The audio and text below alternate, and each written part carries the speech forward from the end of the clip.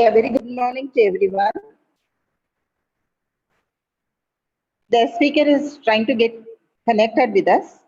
We are having some network issues on the speaker's side.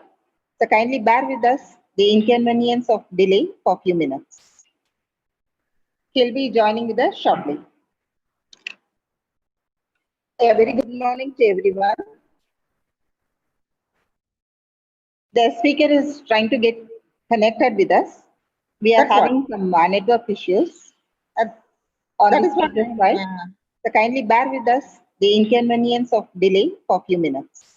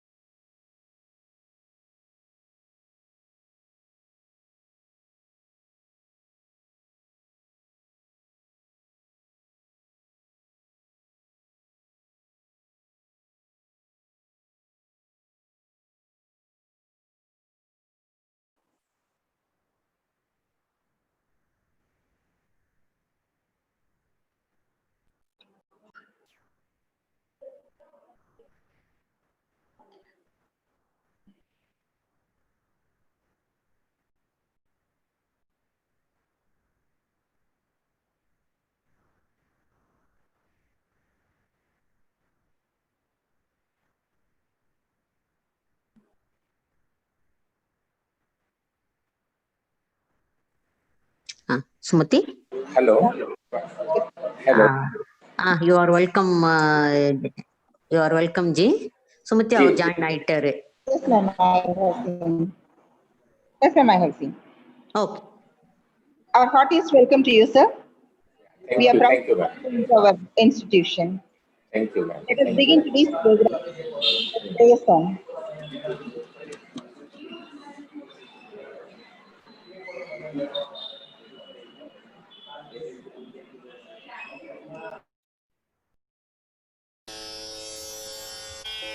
தனம் தரும் கல்வி தரும் ஒரு நாளும் தளர்வரியா மனம் தரும் தனம் தரும் கல்வி தரும் ஒரு நாளும் தளர்வரியா மனம் தரும் தெய்வ வடிவும் தரும்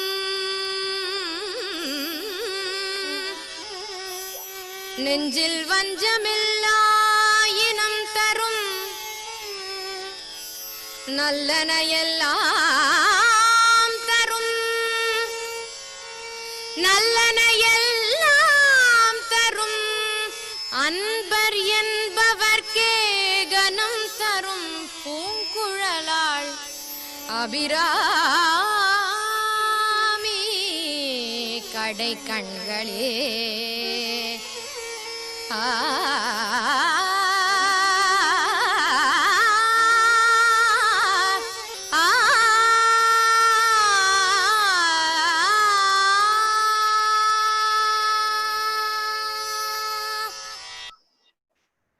Now, I request Dr. Parvati to introduce our guest of honor.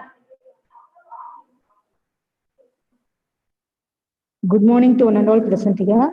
It gives me immense pleasure to welcome you all for the second day of National Level Virtual Faculty Development Program on NEP implementation for internal quality assurance in HEI.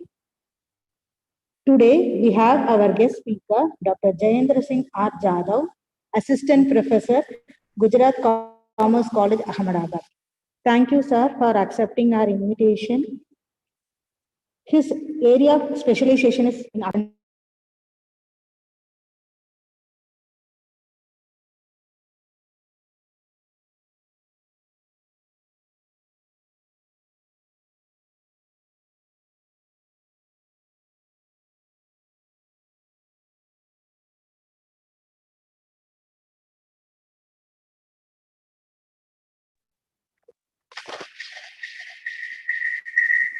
Good morning to all.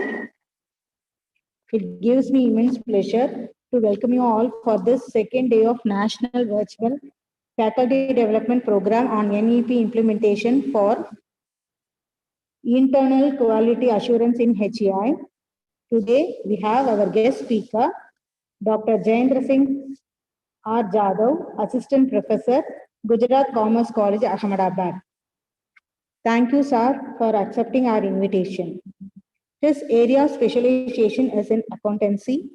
Sir published many papers in national and international journals, also presented many papers in conferences and seminars.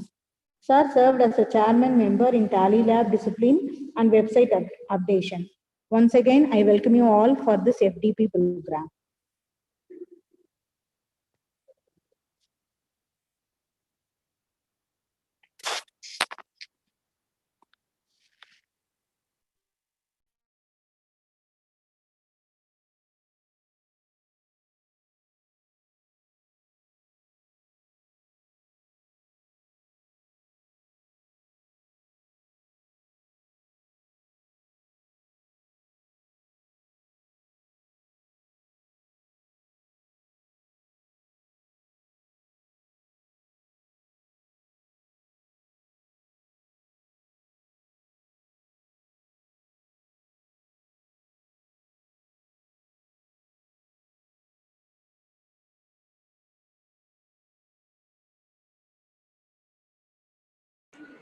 Indrani ji, what is next one? Indrani ji, am I audible? Yeah, you are audible, Ji. You are audible. Okay. After Parvati ji, no one is speaking. So that is why what is next then? Please announce.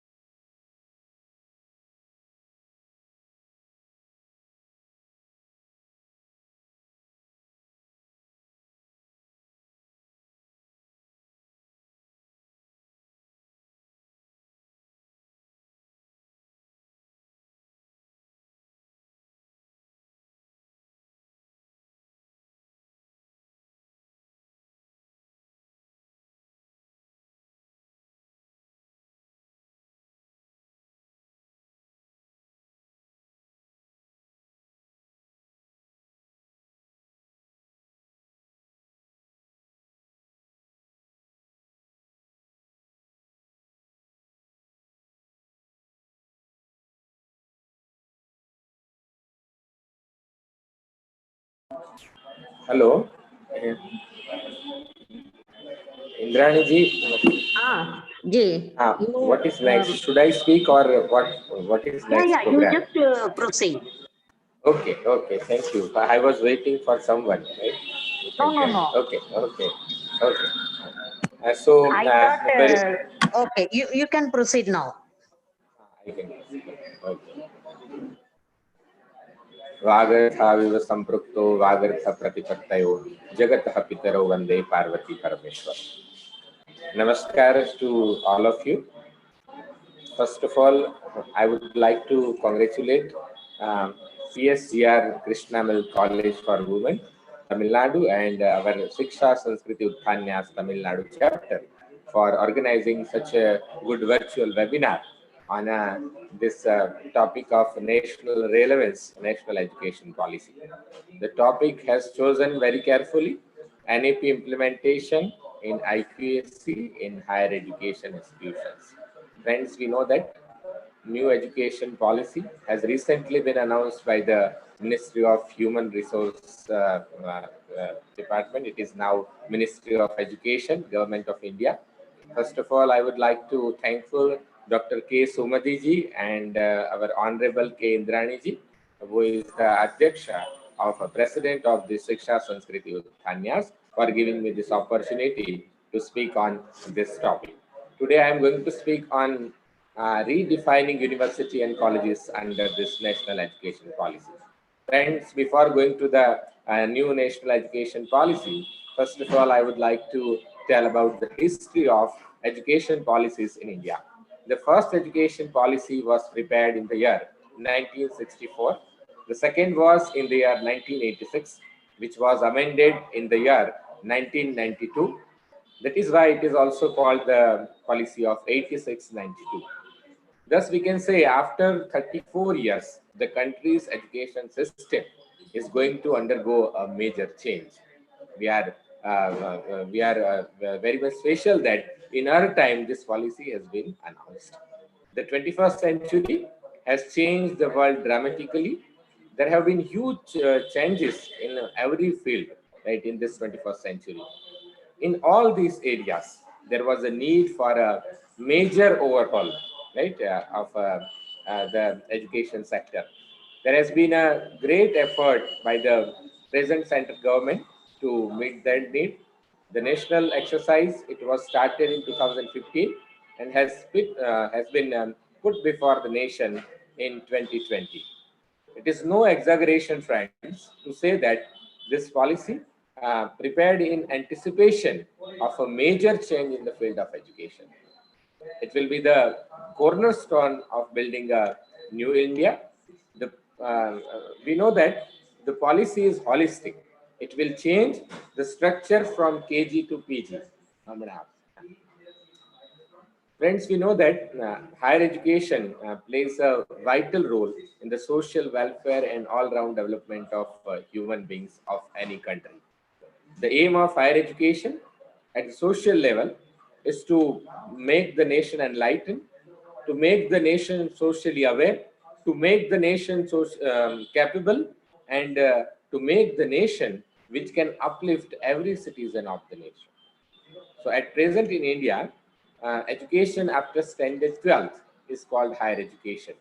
This is offered by the institutions of national importance like IIM, IIT, different universities and colleges. Currently in India, we have more than 1,000 universities. Right now, 37.4 million students in more than 50,000 colleges are building their future through higher education.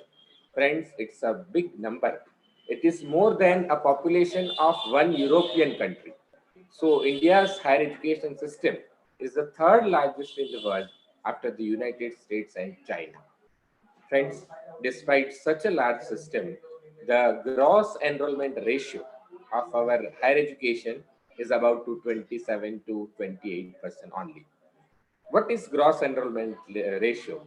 You all are from higher education field, so you must understand what is GER.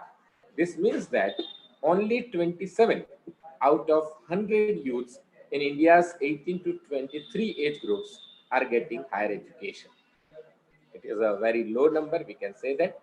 The GER of, when we talk about the worldwide education, then worldwide, when we see at India, then GER of China is 44% and Brazil is of 50%. In our country also, the new National Education Policy 2020 aims to take this GER to 50% by the year 2035. This is also we can say, very tough goal, right, in terms of quality and in terms of quantity as well. When we talk GER, then we talk about quantity. Friends, it is very much difficult to reach at 50%. Let us understand why. Because in India, when we talk about primary education, in the first standard, our GER, gross enrollment ratio, is 100%. It is being achieved by our government due to Sarva Shiksha Abhiyan and so many projects. We have achieved 100% enrollment in the primary education. But when we talk about the gradually, when we talk about middle primary section, when we talk about secondary section, when we talk about higher secondary section, when we reach up to higher secondary section, right, after passing the higher secondary, students are coming to higher education. So it is the entry gate, we can say that. When we talk about 11th and 12th standard, the GER of 11th and 12th standard, it means higher secondary education, is 56% only. It means out of 100 students, right, who are capable who are able to get admission in standard 11th, only 56 students are taking an admissions in 11th standard. It is a very low ratio. So when 56 students are only admitting in only enrolling themselves in a higher secondary, then how can we say out of 56, 50% will pass and 50% students, right, will get an admission in higher education.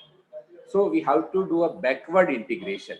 It means now colleges, right, they have to look after for schools also. They have to do some career guidance, right, in schools also. They have to arrange some programs for schools also, so that they can improve the GER and we can have the goal of, we can achieve the goal of 50% by the year 2035 as far as GER in higher education is concerned. According to the recent survey conducted by UNICEF, only 26% of the students pursuing undergraduate and postgraduate degrees from the current higher education system in India have employability skills. So it is another issue that we will talk later on about employability skills also. So to this end, the new provisions have been made in the new national education policy for a different subject. It is very unique provisions. Right? Let's hope that the implementation of these provisions will bring back the golden time in India's higher education. Friends, when we talk about the vision of this policy, the vision of this policy is very much unique, very much different than other policies. Friends, when we talk about Indian higher education system, today also we are facing the problem of Macolization. Right? Macolization, it is the biggest problem with Indian education society. We don't have an education system which fits to India's requirement, which fulfills India's requirement or Indian society's requirement. Friends, we talk about when we talk about policies, I remember one of the commission from Indian education system. This is Kothari Commission. Chairman of the Kothari Commission, Professor Dalpat Singh Kothari, has rightly said in 1964 that at present the center of gravity of Indian education is in Europe. There is an urgent need to make it India-centric very soon. So this was the vision of Professor Kothari in 1964. Now Professor Kothari is no more on this earth, but the dream of an India-centric higher education system that he served years ago is about to come true. Friends, national education policy, right, in its vision, envisions an education system rooted in Indian ethos that contributes directly to transforming India. India that is Bharat, sustainably into an equitable and vibrant knowledge society by providing high quality education to all and thereby making India a global knowledge superpower. When we say global knowledge superpower, when then we have a good word like Vishwa Guru Bharat, Samartha Bharat, Sashakta Bharat. So this policy envisages that the curriculum and pedagogy of our institutions must develop among the students a deep sense of respect towards the fundamental duties and our constitutional values and bonding with our own country, and conscious awareness of our own role and responsibility in this changing world. So the vision of this policy is to instill among the learners a deep-rooted pride in being Indian. When we talk about Israel, I remember one of the example which was given by Israeli professor. When we ask in Israel, when you ask any student, who are you? The students will say, I am Israeli, right? They will not say that I am student, I am I am going to be a teacher, or I am going to be a doctor, or I am a teacher. They say that I am Israeli. So this policy, right, keeps a vision that every student can take a proud that I am an Indian. So this policy also talks about the mental development of students, right, vital development of students, right, intellectual development of students, and spiritual development of students, right. So this vision is, I think, promising for the Indian society and for the next generation as well. So the policy envisages universities based on the needs of Indian society instead of the old England style universities started by the Britishers. So with this reason, we will be able to create the doctors, engineers, architects, and teachers as per the requirement of our nation, as per the requirement of Bharat. So this policy talks about Bharat Kendri society, right? So this is also, I think, promising for India and Indian society. Friends, this policy, right, when we talk about this policy, so another specialty, USP, today it is the era of USP. So USP of this policy is, right, this policy is not constructed in AC cabin only.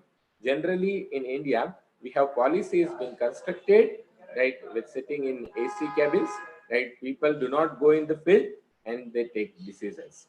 So this policy has been formulated after a unprecedented and extensive process of consultation.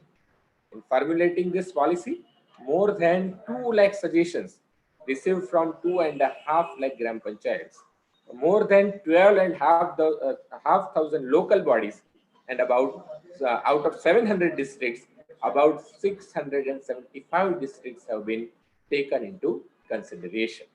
So due to such a nationwide and extensive participation, this education policy truly embodies national expectations and solutions of this country.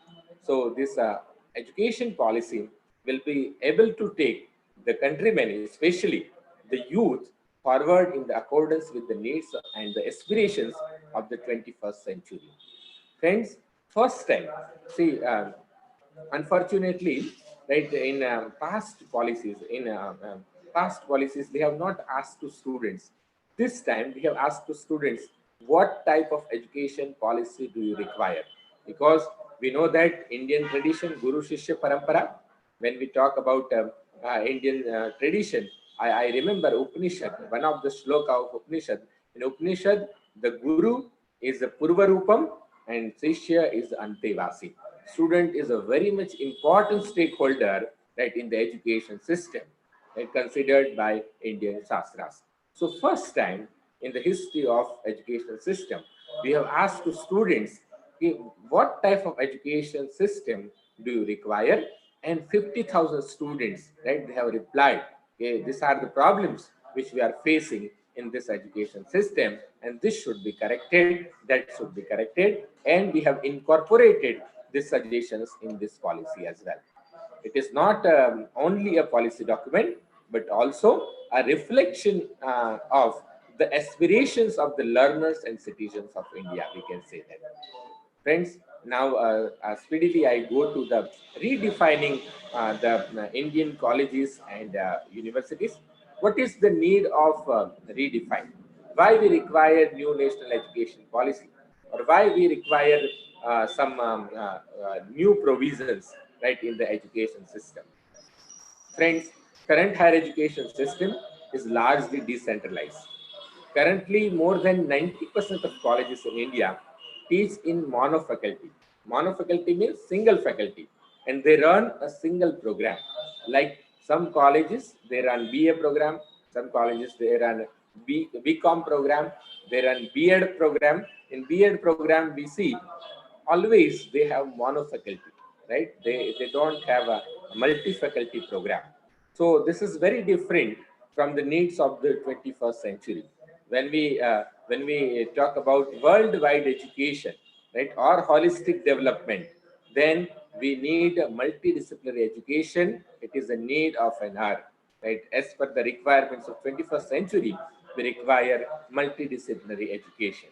So less than 100 students have been admitted in 20% of the country's colleges.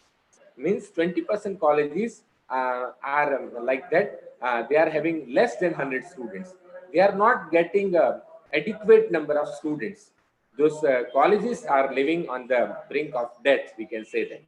While in 4% of the colleges, more than 3,000 students are enrolled. It is a mass production, right? There is no vacancy for any students, right? Or more than capacity, they have admitted students. So this is a problem of 4% of the colleges of this country. So this policy will restructure our higher education institutes. How it will restructure? It has a dream to create multidisciplinary universities and colleges by consolidating these small colleges. Just as there were, we have very good example in our history, that there were thousands of students in India at Takshashila, Vikramshila, and Nalanda or Valbi, and they were learning 72 types of different Indian arts. See, these were not, we can say these are subjects, but there were different 72 disciplines, we can say that. So, according to this new policy, every university or college will work for a overall development of at least 5,000 to 15,000 students, and for these clusters of colleges and universities will be prepared and it will be centralized. Right? For achieving this goal, by 2040, this policy is to make all the institutions multidisciplinary institutions by creating a cluster of all existing institutions in the country. So first of all, we have to redefine ourselves in terms of multidisciplinary education, right? Second thing, when we talk about multidisciplinary education, now we have watertight compartment, right? Binded in the streams, commerce stream, arts stream, science stream, right? The student who have chosen a science stream, they cannot opt subjects which are offered in the commerce stream, right? Streams are bound in a watertight compartments, right? Now it is a very far from the requirements of 21st century. So now we have not to be bound in the streams. There will be a open streams, right? Multidisciplinary education means the students who are studying biology, they can also opt the subject of Sanskrit, right? Students who is studying environmental science, they may also opt Sanskrit subject or any Tamil subject or geography subject, right? Because right in this stream based education, right, we don't have good results, right? So that is why as per the requirements of 21st century, we require multifaceted personality. How can we develop multifaceted personality, right, in our students? Right, first of all, we have to give multidisciplinary and multifaceted education to them. Then and only we can develop multifaceted or a holistic personality among our students. Another issue, which is research. Research is considered as an essential in higher education. For this purpose, every organization is considered as an equal in present higher education system, whether it is a university, whether it is a college, whether it is a standalone institution, right? So now the parameters of research, right, should be defined very well. There should not be a equal criteria for all type of teachers who are working in the higher education system. Now, when we talk about API system, right? So API has spoiled so many things that people who do not opt for PhD, they are also going for PhD compulsorily. They do not have any interest to do PhD, then also by force they are going to do a PhD. So right now I have a figures, right? Every year we are producing more than 40,000 PhDs in our country, right? 40,000 PhDs. Out of these PhDs, how many PhDs have solved the problems of the society?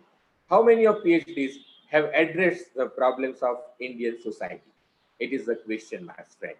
So high quality of research cannot be expected from everyone, right? It is not a cup of tea for all the people. So this policy gives a clear idea about redefining research policies as far as higher education is concerned. So faculties working at every level, as I told you, right, they are forced to do research. This has lowered the level of research. To make a significant contribution in research, this national education policy divides the existing universities and colleges into three parts. It means the current education institutions have been divided into three parts. The first type of the institutions will be research universities. Their maximum focus will be on research.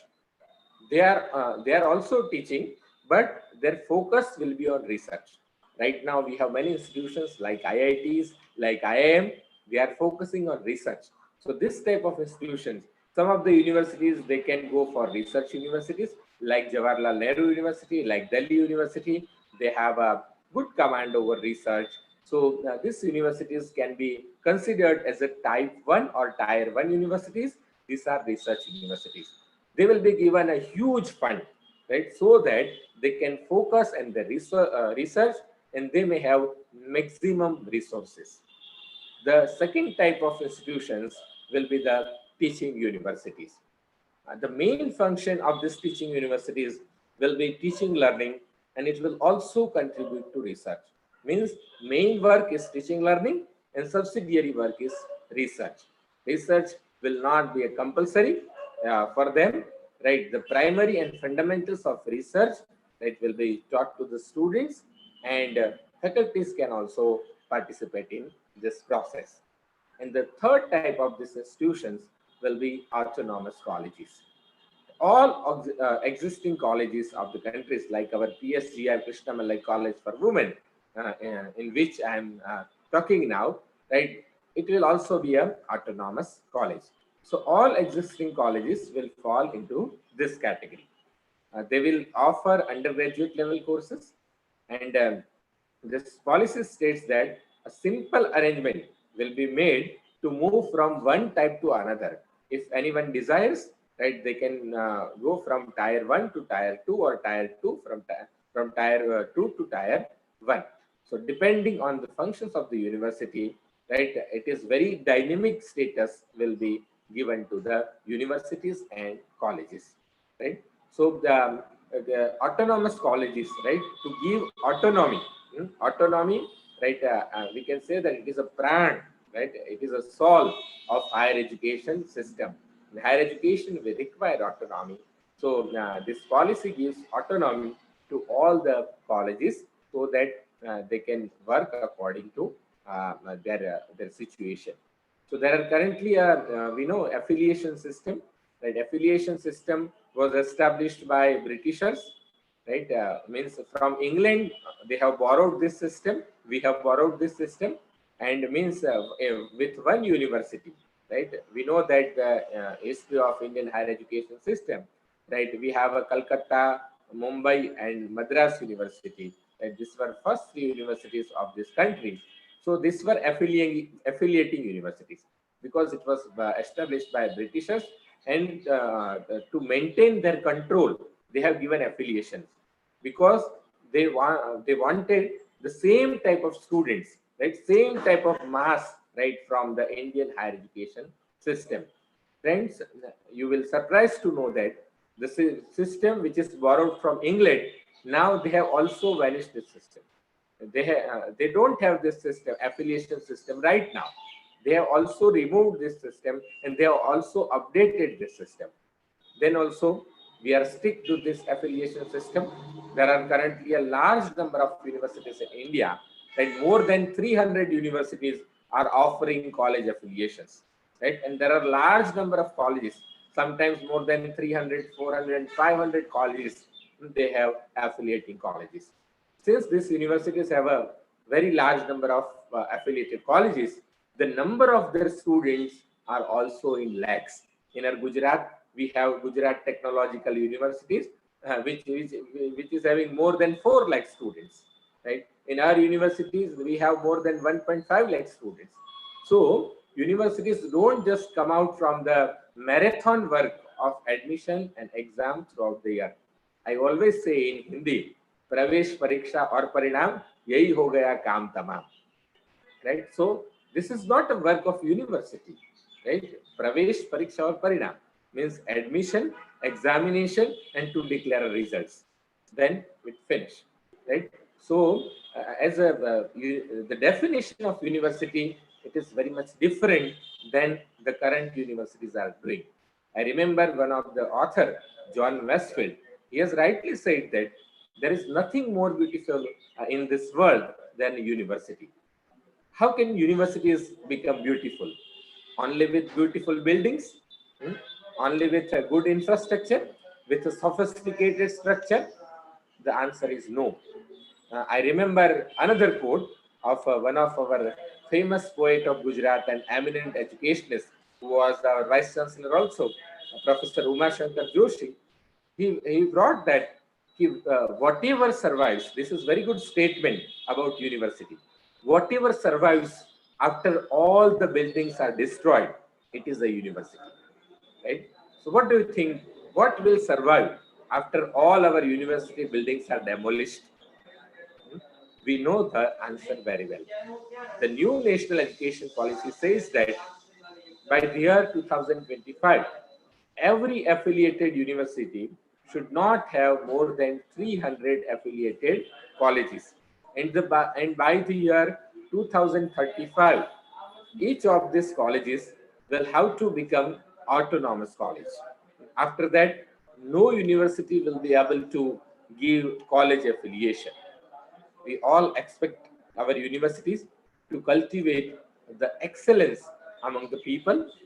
The students studying in these universities become skilled and capable through the means of thoughts, the means of wonder, and means of discretion.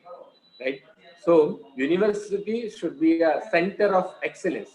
University should address the problems of the society. So, in this way, universities will truly become, now they will not have affiliation, they will not have lakhs of students in limited numbers, right? They can maintain the quality, and it will truly become the center of knowledge, and the universities will be able to meet the expectations of the Indian society. Another issue, right, which I would like to address, and which is addressed by this national education policy as well, the different types of universities. It also create a complexity among higher education institutions. University worldwide means a multidisciplinary institute of higher learning that offers undergraduate, graduate, and PhD programs and engage in a high quality teaching and research. Now they are named as deemed to be university, affiliating technical universities, unitary universities, right? So private universities, there are different names and creates lots of complexity. Now it shall be replaced simply by university on fulfilling the criteria as per norms, right? So now we don't have complex names, right, of the universities. Only simply we have university word, right? This is also a good provision of national education policy, right? With this provision, I hope that we can create a good number of universities, right, as per the requirement of our society. Um, there is another very important provisions in the national education policy to reshape the existing undergraduate and postgraduate courses. Currently, the dropout ratio in higher education is very high. Millions of students from backward socio-economic background drop out of school midway for a number of reasons. I have a figure, right? From in school education only, we have 3.27 crore students. 3 crore 27 lakhs students, right, who have dropped out, who is not a part of our existing system, right? So this policy, right, address this issue also, right, by giving multiple entries and multiple exit, right, in the system. When we talk about worldwide education, in foreign, friends, they don't have a continuous education system. Means students are not getting education continuously. And suppose someone has done BE, right, then they will go in the field, right, they will do job for some time, for 4 years, 5 years, 6 years, and then they will come back to the higher education system, and then they will come, do ME program. Students who are doing BCom, they will not continuously join for MCom, right? After employment, right? After experience of 3 years, 4 years, 5 years, they will come to the uh, they will again come to this higher education system for doing their MCom. So in foreign, right, in the classroom, we have a different age students.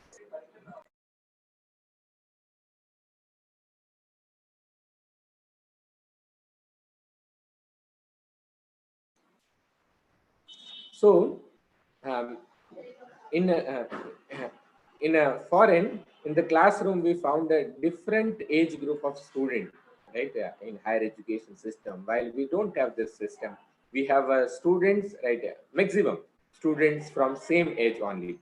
So peer learning and experiential learning is not possible in this classroom.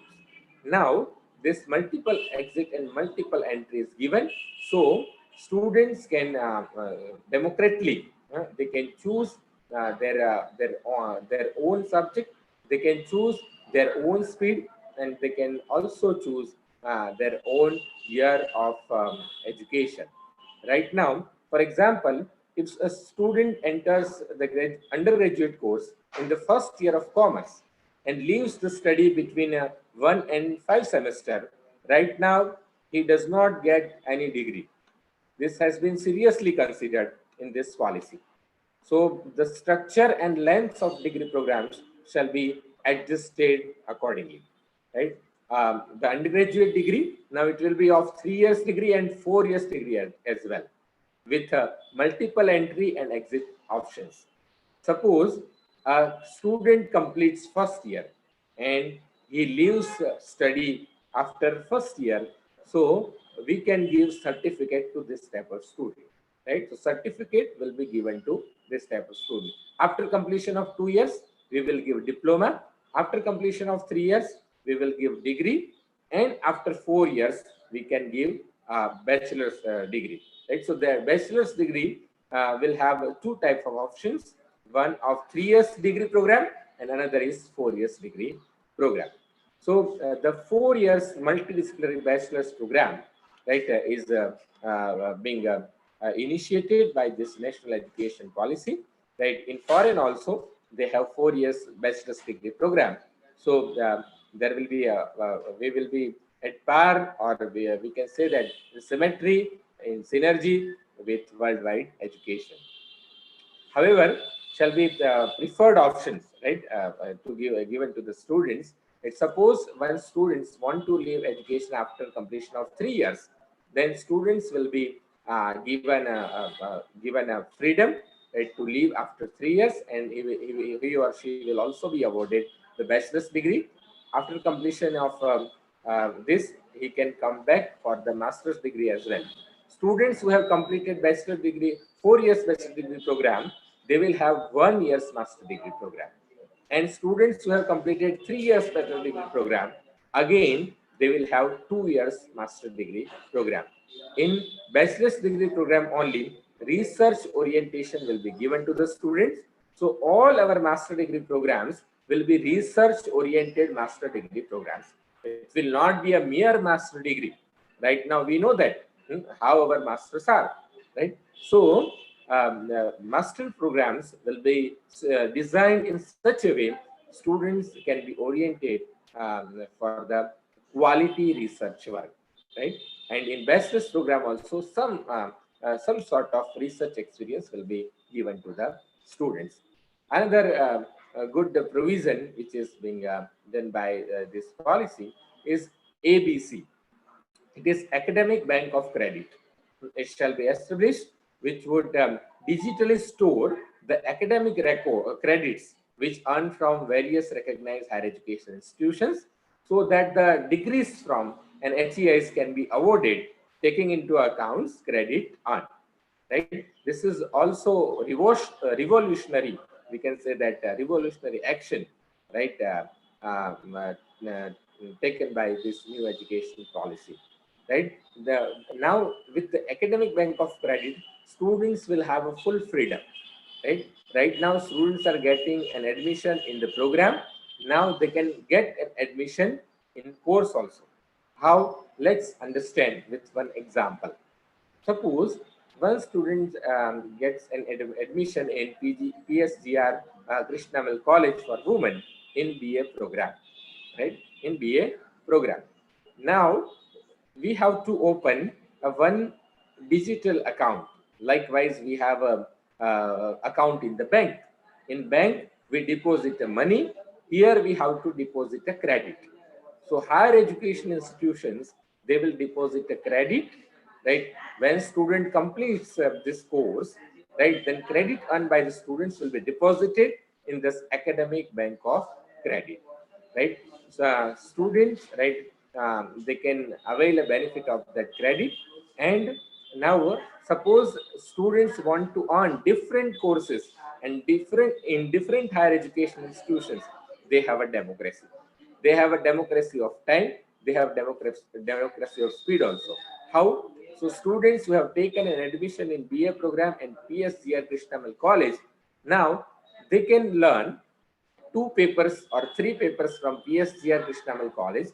They can learn 2 papers. They can get an admission for 2 papers in Hyderabad universities, 2 papers in Chennai universities.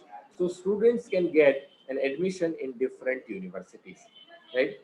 As this policy also emphasizes on online learning and distance education, right? So these courses, right? Students can go for MOOC course or any online course, and credit earned from this MOOC course or online course will be credited in this Academic Bank of Credit, right? So this is also revolutionary, right? We can say. HEIs, right, they have a flexibility to offer different designs of master's programs. Like there are two, as I told you, there will be 2-year program with a second year devoted entirely to research. For those who have completed the 3 years bachelor program, right, it will be have a 2 years program.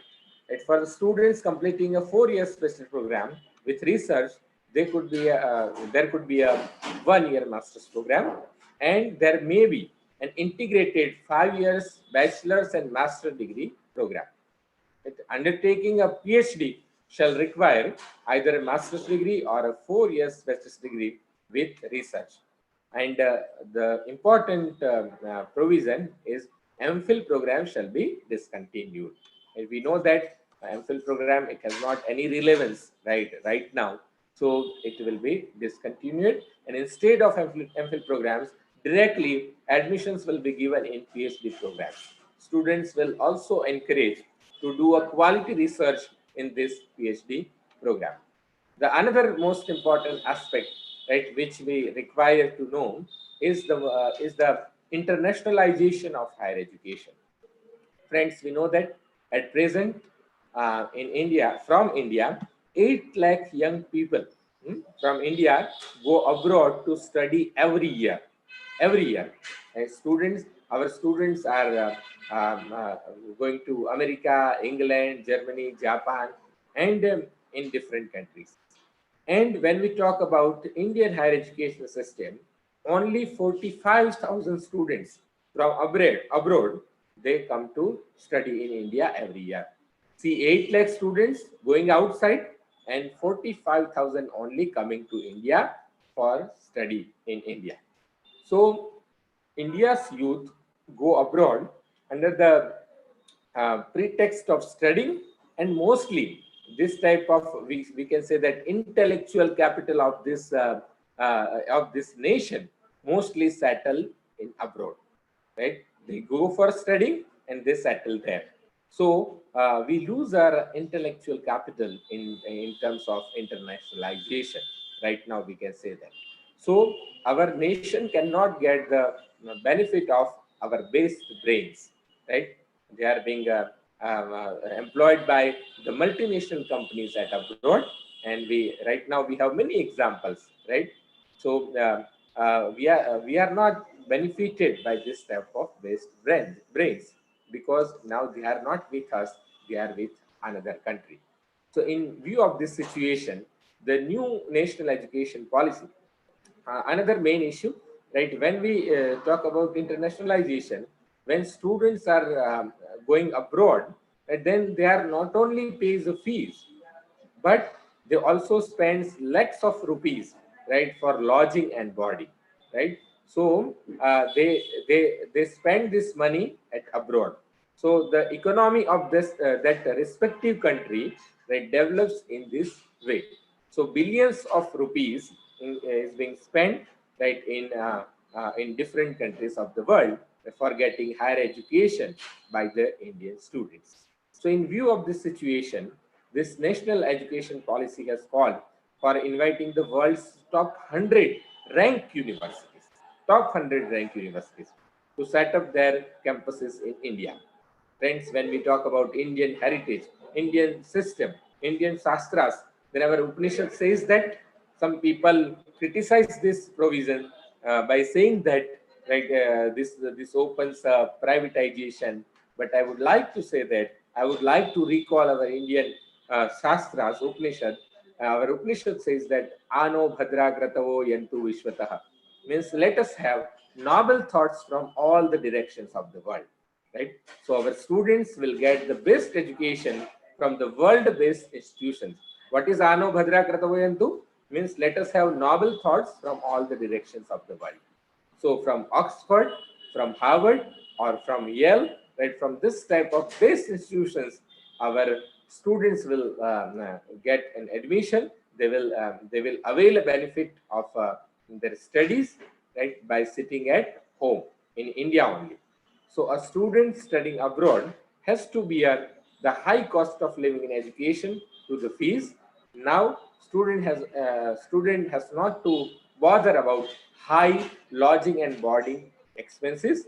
Um, it will boost our economy as well, because now students are studying in India only. They need not to go anywhere. So in big cities like Chennai, Ahmedabad, Delhi, Mumbai, Calcutta, right, they can establish their centers. So we may have collaboration with also. We may have collaborations with this type of institution. So it may boost our economy.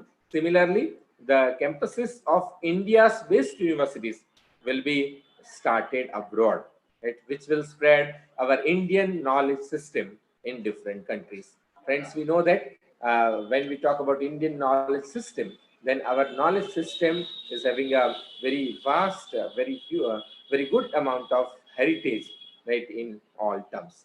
So it can be spread among the different countries. Besides research and teaching collaborations, right, with this international universities or high quality foreign institutions, will be facilitated. Means our faculty, right? We can have a collaboration with faculty. Faculty exchange programs can be done. Student exchange programs can be done with this type of institutions. MOUs can be signed with this foreign higher education institutions. With this provision, India will be promoted as a global study destination, providing premium education at affordable cost, and it will also help us to restore our status and restore our role as a Vishwaguru Bharat. Not only Indian students, but students from Nepal, our neighboring countries, right, like Nepal, Bhutan, they will not go directly to the Oxford or Harvard, right, because it is too much expensive. But they can come here to study in the Indian campuses, at the Indian campuses of foreign universities. So this may boost the international, this may boost our economy, and this may give a boost to internationalization of higher education in India as well. The most important factor in success of a higher education institution is the quality and engagement of its faculty. Means we can say that good faculty builds good institution. Friends, a former president of the country and the great scientist Dr. APJ Abdul Kalam used to say that the purpose of education is to make good human beings with the skill and expertise. Enlightened human beings can be created by teachers only. There is no one that in this world who can create enlightened human being except teachers. So this policy is emphasizing on motivated, energized, and capable faculty members for all HEIs in India. As the most basic step, all HEIs will be equipped with the basic infrastructure and facilities, including clean drinking water, clean working toilets, blackboards, offices, online learning resources, technological resources, teaching supplies, libraries, labs, and present classroom spaces and campuses as well. So every classroom shall have access to the latest education technology that enables better learning experiences. Friends, now we are lacking behind in this technological infrastructure. I was late by 10 to 15 minutes because of this type of infrastructure only. We don't have a good amount of internet. We don't have internet access to the every corner of India. So this must be enhanced, this must be developed in terms of infrastructural development. So this policy envisages that we will have latest educational technology that enables better learning experience among the students. The most important provision is being done in this policy is this teaching duties also will not be excessive, and the student teacher ratio should not be too much high, which is too much high now. When we talk about the vacancies in Indian higher education institutions, in IITs and IIM also, 30% vacancies, 30% in IIT and IIMs vacant till date.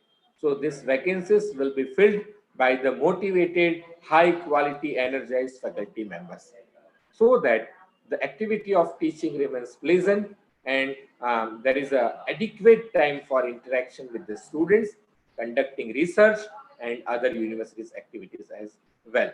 Faculties will be appointed to individual institutions and generally not be transferable across institutions, so that they may feel truly invested in, connected to, and committed to their institutions and community. This is also a good provisions, friends. Right? When we talk about government colleges, in government colleges, a lot of transfers have been transfers happens, right? Every time, right? At 4 or 5 years, teachers are being transferred from one college to another college. So they are not able to focus to their work, right? The place of work is also different. So they have some social issues, family issues as well. So now this policy says that faculties will not be transferred from one college to another college. Faculties will be given to the the freedom to design their own curriculum and pedagogical approaches within the approval framework. This is also a good provision, friends. Right now, people who are working in the affiliated colleges, they don't have freedom to design their own curriculum.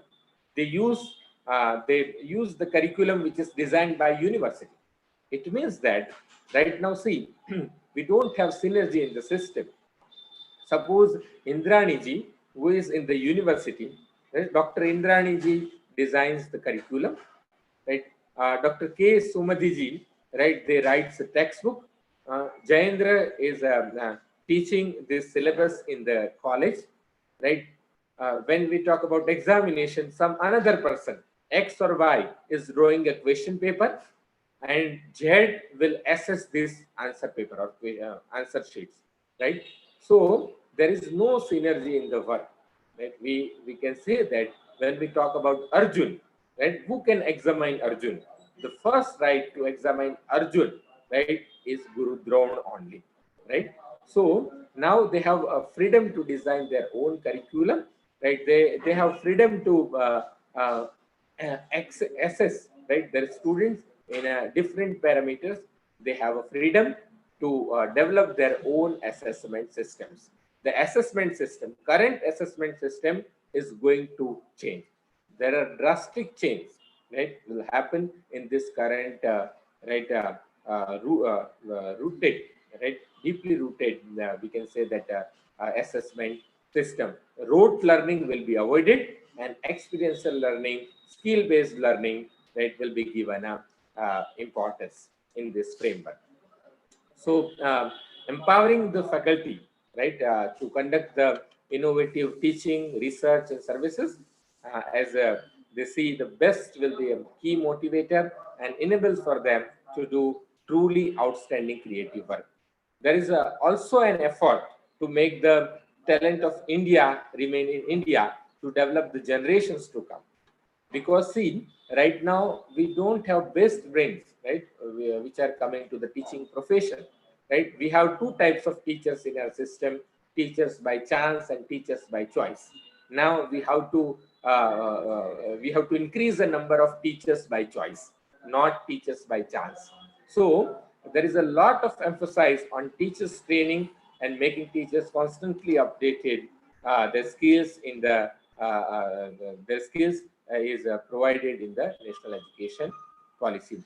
This policy believes that there is a good statement: when a teacher learns, a nation leads, right? So faculties is being given more emphasis in this national education policy. Friends, when we talk about vocational education in India, so it is estimated that only a very, in 12th year plan, I have read that a very small percentage of the Indian workforce in the age group of 19 to 24, less than 5%, they received formal vocational education. Whereas in countries like USA, the number is 52%. In Germany, 75% vocational education is there. In South Korea, it is the highest in the world. It is 96%, right, of the students who are having vocational education and vocational skills. When we talk about vocational education, it leads to the employability skills as well. Right? So it is the biggest issue in front of us. Students who are studying in the higher education system, they are not getting good employment because they don't have employability skills. This numbers, right? Like USA is 52, Germany is 75, and we are at 5% only. These numbers only underline the urgency of the need to hasten the spread of vocational education in India.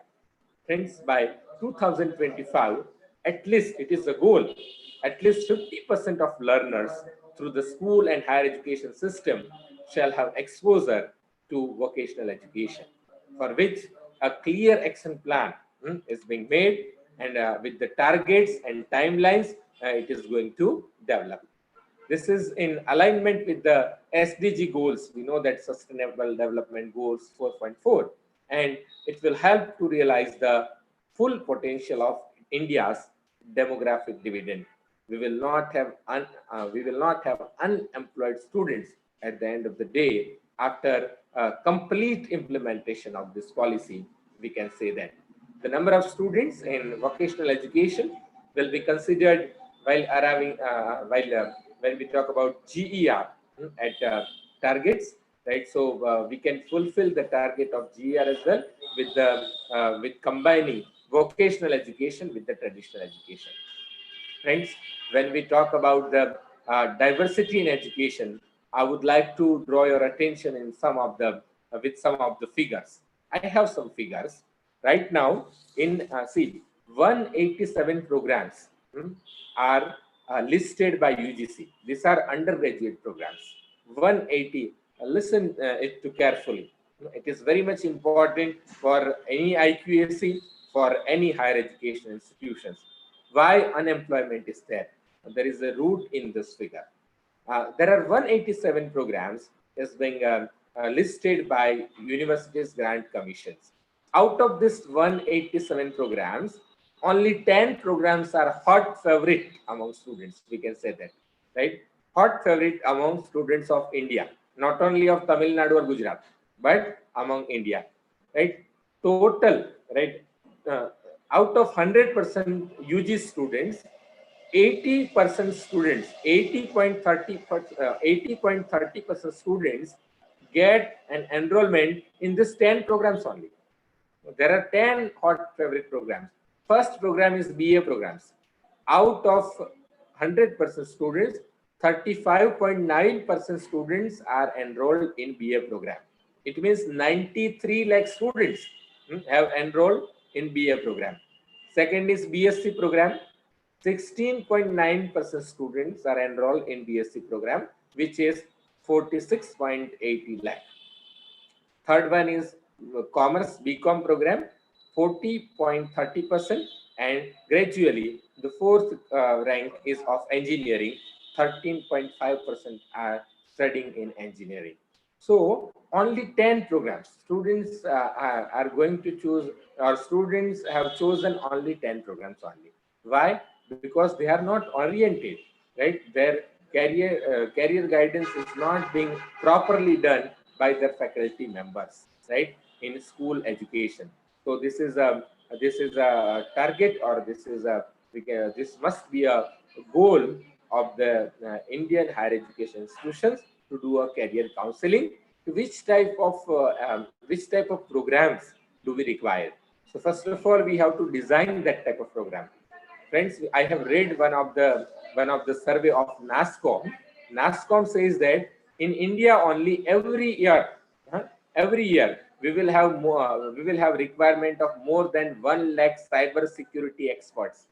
Right now there are no cyber security experts, and we have more and more number of cyber crimes increasing in number, right, in every corner of India. So with the scope of with the huge use of digital equipments, right, and internet, right, we require cyber security experts, which we are not producing from our higher education system. So we must have a course on cyber security. Students must enroll in this type of program, so that at the end of the program they may have good employability skills and employment as well. Right? We don't have programs, right, which focus on fire safety, right? In engineering, we don't have more branches in all the colleges. We don't have branch of fire safety, which is required, right? It is a need of an hour, right? Because increasing with the increasing population, we have a number of buildings increasing, right? So it requires fire safety equipments and fire safety maintenance as well. We don't have this type of courses. These courses may list out more also, but I have listed out 2-3 only. So there must be diversification among the student instead of going in 1 or 2 or 3 or 10 programs.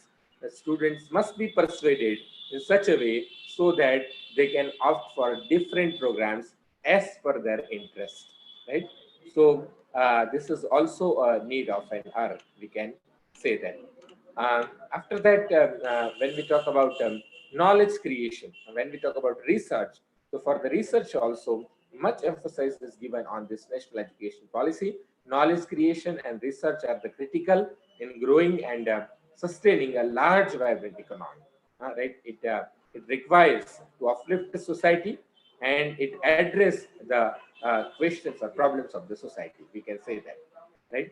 So in different countries like United States, Germany, Israel, South Korea, Japan, they are good in research, right? So we have taken some of the part from there. There will be a National Research Foundation. They will establish NRF, right? So despite of this critical importance of research, we don't have any single research agency. We have different research agencies, right? If you want to do a research, you have to apply in UGC or AICTE, right, or in ICSSR, right, or in ICHR, in different agencies. Now, right, we don't have much investment, right, in this research. Current time only we are spending 0.69% of GDP, right, while the United States is spending 2.88%, and Israel is spending 4.3%. South Korea is spending 4.2%. These are very small countries. Then also they are spending a huge amount, right? 4 times more than us, right? So to promote research and to catalyze quality research in the nation, this policy wants to establish a National Research Foundation, and the goal of this NRF will be to enable a culture of research through our universities. So under the single umbrella, there will be a research. Another big change. Now I'm running in short of time, so I'm going to conclude within 5 minutes only. So this policy also wants to change a regulatory system in India. We know that our regulation system is too much complex and it is too much heavy-handed, we can say that, from so many decades. So now there is a word, light but tight regulations will be developed, right? And instead of different regulatory bodies, like we have now so many councils, UGC is also there, AICT is also there to regulate the higher education institutions. Now they want to develop, right, regulate this system under one umbrella only, right? So there will the Higher Education Commission of India will be developed, and under this umbrella, 4 verticals will be developed. First vertical will be National Higher Education Regulation Council. Second vertical will be accreditation, which is National Accreditation Council, right? Third vertical would be for grants, right? HEGC, right? Higher Education Grants Council, and the 4 vertical would be Higher General Education Council. Now all the 4 work is being done by UGC or AICTE. So that is why we are running behind quality, right? And so this is also required as per the need of an hour, right? So 4 vertical will be developed, and light but tight regulatory approach, right, will be given, right, to the all higher education institutions. At last, right, the most important thing about this policy, this talks about strategic plan for implementation, right? The point making it happen shows the roadmap for the implementation, right? And to implement the national education policy, who will work? People are asking me. We have also made a task force in government of Gujarat. I am a member of this task force, which is made by government of Gujarat.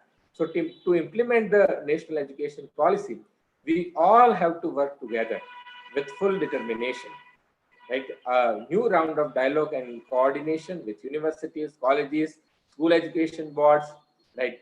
University grants and textbook boards, different states and different stakeholders is already started. Today I am speaking in the 15th, right, webinar on national education policy. I have listed out, right? So the national education policy is not a mere circular, or this not a mere just a document. This policy would not be implemented just by issuing a circular, right? This will not be, I'm usually telling that This will not be implemented by GR, but it will be implemented by VR, right? So we have to make up our minds and show immense dedication towards it. So in order to build the present and future of India, this task is very much important. It seeks our major contribution from each and every person of our country. So who can implement, right? Who will be the implementer, right? Who will do the implementation of this policy? The first of all, I would like to say teachers can implement this policy in a right way. Government will give a guidance only, directions only, but teachers are the main source to implement this policy. So the much importance should be given to the teachers. I believe that the better suggestions and solution for the effective implementation of national education policy will make our India again Vishwaguru Bharat. This policy aims to make the youth of India as energetic as Arjuna with the necessary skills of 21st century, fearless like Nachiketa, and thirsty for knowledge like Eklavya. This goal is not easy at all, but it is definitely worth keeping.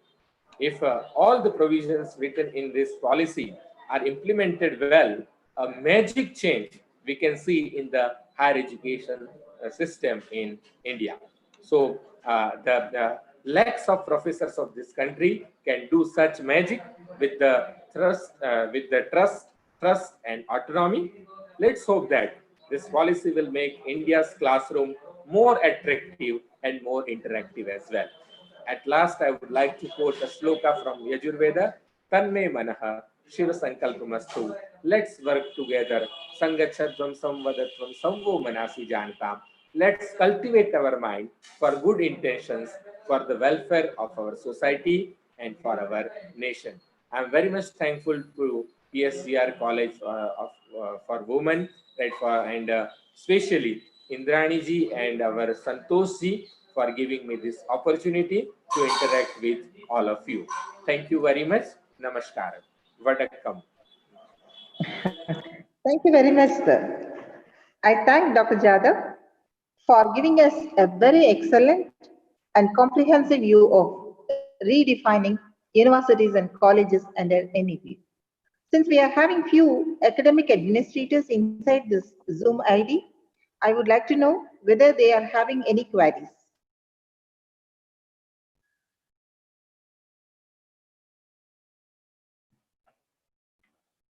Any discussion is to be carried out?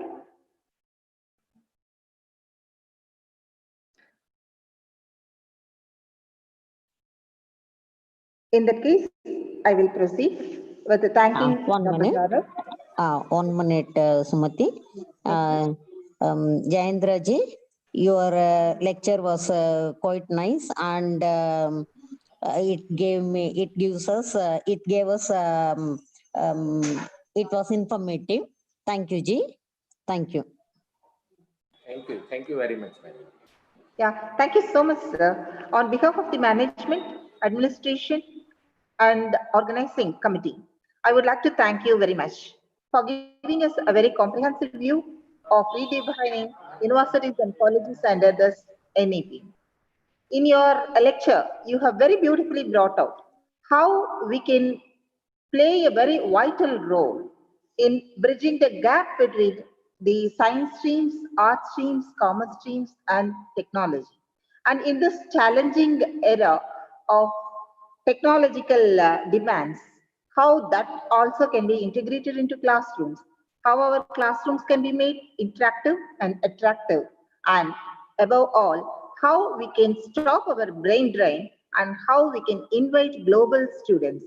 And definitely, your lecture have given us a very enlightening vision on how to redefine universities and colleges to meet the global challenges and to make India a global center of attraction for education. Thank you very much for joining with us, and we hope to meet you in some other session of the same academic excellence. Thank you so much.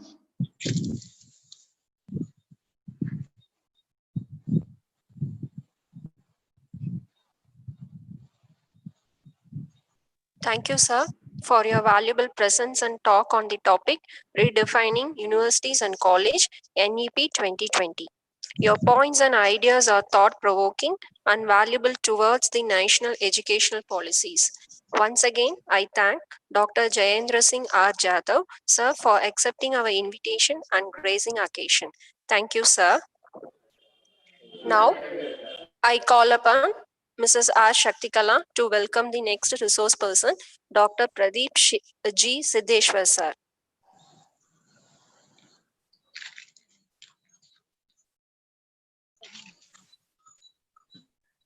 Dr. Pradeep Siddeshwar, a special welcome to you on behalf of the management and administration. Now we will move on to the formal vote of thanks by Dr. Shaktikala. Warm welcome to Technical Session 5. Dr. Siddeshwara, sir, FIMA UK, FNA ACS, Senior Professor of Mathematics, Christ deemed to be University, Bangalore, and UGC Paramash Accreditation Ambassador, PHGR Krishnamal College for Women. Good morning to one and all. Sir, it's an immense pleasure in introducing a resource person, Dr. Siddeshwara, sir, Senior Professor in Mathematics. Sir has completed his doctorate at Bangalore University. He has held various positions like research assistant, lecturers, reader, professor, chairman, and currently as a senior professor in mathematics. Pradeep Saha authored many books in her field of research, and to her credits, many awards and recognitions has crowned him. Among them, he had won President of India Award, Sir C.V. Raman Award, etc. Sir has guided more than 20 PhD scholars, and currently 3 of them are working under him. Her contribution towards research is seen through her various research projects and grants obtained, and publications over 170 papers in various international journals with a citation of more than 1,400. Such an eminent personality here is to deliver the talk. Sir, the dice is yours.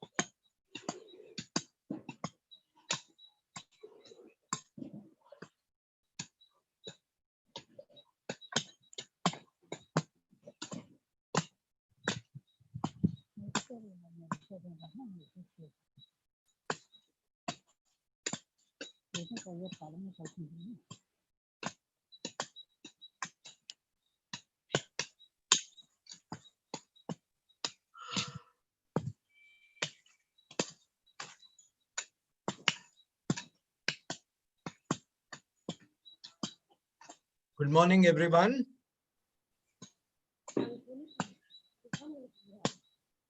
Thank you, Dr. Shaktikala, for your kind words.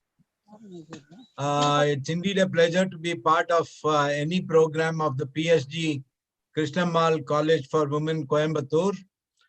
I'm indeed very, very happy to be associated with this institution for some time now. Every experience in the college has been so good that I enjoy my visit to the college.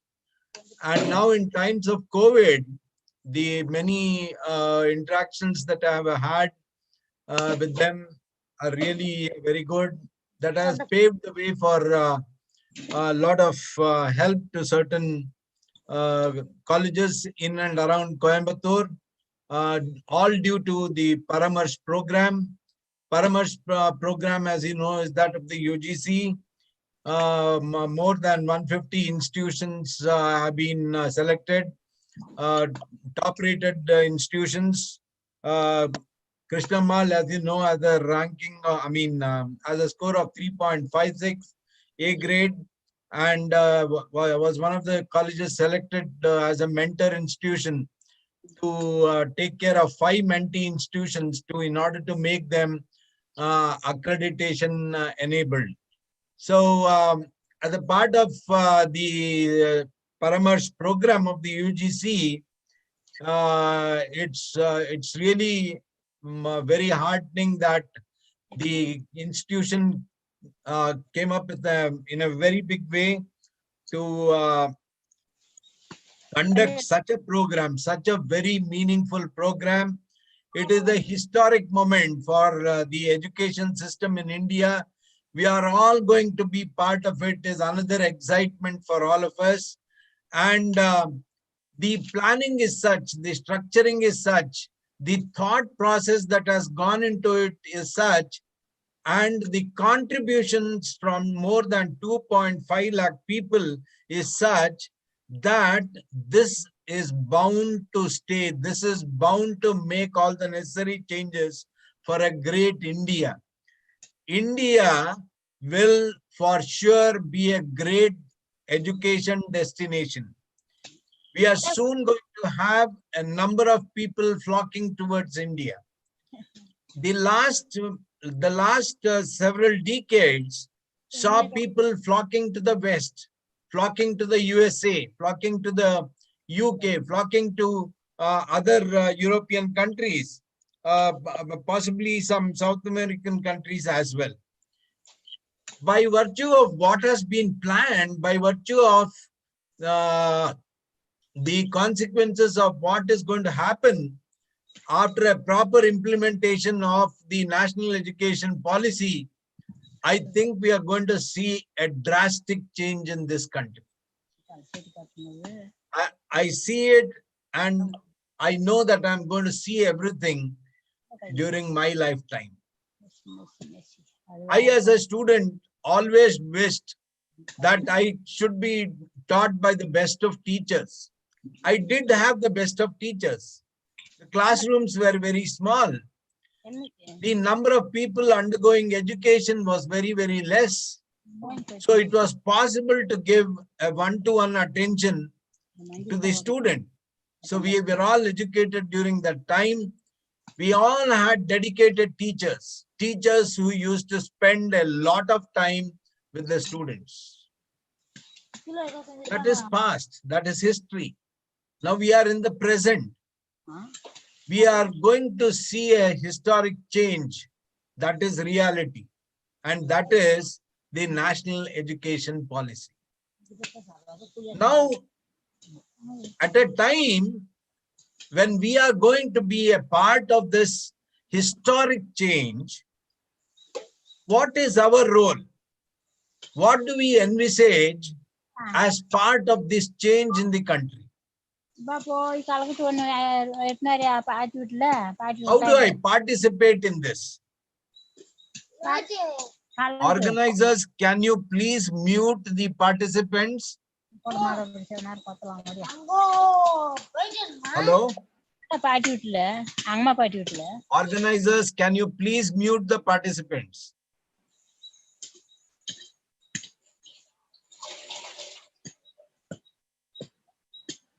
So we are going to be a part of this historic change. The change has already started. It is there for all to see. In the last several years, as a preparation for NEP, several changes were brought about. several trials were made about certain thought processes. Came the NAC accreditation process. We all started thinking differently, and it is a dynamical system. You see the change in the dynamical system now. The change in the dynamical system may give rise to another dynamical system, or it may settle down to equilibrium. Now, this NEP is a fast track program. That is the difference. This NEP is a fast track program. Though the thought process has been there for quite some time, this process of implementation is going to be a very short one. The idea is to see the effect of this in the next year, next 1 year. So all structural changes are being made. We are hearing of that. We are feeling that. We are experiencing that. So now at a time when we are discussing so much about the national education policy, last night we lost a great son of India who had concern for the Indian system. He believed in the Indian system of education. Even when he went abroad, he talked about the importance of the stability of the Indian system of education. Can you please mute the participants, please? It is really very disturbing.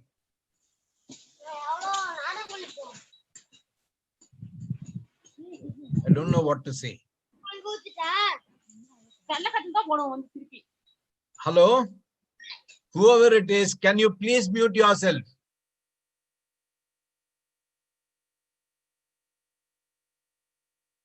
So we lost a great son of India just last night. He was 87. He was a doyen of Indian science and technology for several decades. I had the good fortune of associating with them and being a part of the Indian delegation to a few countries. This son of India also contributed to the national education policy in a way. Now, when we talk about the national education policy, it is all about quality improvement. It is all about quality statements, first of all, and about quality assurance, and also about quality sustenance. Okay, the sustenance of quality. Like in any other domain, the method to improve quality remains the same. It cannot be any different. Finding and recognizing new needs and satisfying them with products and services of international standards is the goal in such domains. So this is a common goal of any enterprise, of any domain, wherein quality is wanted and improvement in quality is sought for. Now, when we have the National Assessment and Accreditation Council, the criteria, the 7 criteria for assessment, you'll see the shades of the national education policy. You'll see the shades of the national education policy here. So you'll see that once you read what is the NEP document, the entire document, over 50 pages, the brief one, and you'll find out for yourself that this particular NAC document talking about these 7 criteria, they have shades of the national education policy. There is continuation of the thought process. This has been, the NAC accreditation process has been there for a while. The idea is to improve quality. The idea is to improve, the idea is to sustain quality. So all these are oriented towards that goal of quality improvement, quality assurance, and quality sustenance. Now, coming to the national education policy, after we achieved independence, then prior to 1968, it was quite an ad hoc policy in the sense we did not have an indigenous one. British influence was there, and in 1968, when Sri Siddheshwar Prasad spoke about the need for an Indian education policy document, this was initiated, and in 1968, the national education policy was introduced for the first time. Though there was discussion of that for a while, in 1968, it was implemented. After a gap of several years, nearly 2 decades, in 1986 came the second document. And in the year 1992, this 1986 NEP document was revised during the tenure of Sri P.V. Narasimha Rao. And after 35 years, we have a very, very comprehensive national education policy. So let me emphasize again, this education policy has inputs from more than 2.5 lakh people who matter in education. So that is the national education policy. I do not have slides here to look up and tell you many things. I have jotted down some points. I will elaborate on each of them as I go through them, and we can. I subscribe to what Dr. Pankaj Mittal ma'am said yesterday. Jargon is not required. What we require is simplicity of thought and understanding. So I share that motto with her, and I would like to keep it as simple as possible. Mind you, there is no complexity in the NEP document. The NEP document is very, very comprehensive. It talks to you about everything that you need to know. You can read that on the net, or you can read that on the UGC website. You can find it even in many websites of different universities. Now, as I told you earlier, the NEP document envisages that it is a Mission 2021 program, a fast-track program in a sense, but the planning for that has been there for a while. So in that sense, though many people term it as a fast-track program, it is really not a fast-track one. It's a well-thought-of, well-planned, well-structured program. As many speakers have said, including Dr. Pankaj Mittal, and the speakers preceding me have said, this NEP focuses on student-centric activities. What have we done so far? We have given, the students have accepted. That was the type of system that we had. So when the student received, there was no choice. He had to receive, irrespective of what his orientations were, irrespective of what his comprehensions were. So it was never a student-centric activity for a very long time. Then came the change in the education system. We brought out what is called as some sort of sharing of courses. Okay, so people could take courses, people in one department could take courses from other departments. Okay, and well, because of restrictions in the infrastructure and faculty as well, shortages perhaps, such a program was not well implemented. So though it was meant to be a student-centric one, it was not well implemented. So this national education policy speaks about student-centric activities at all levels.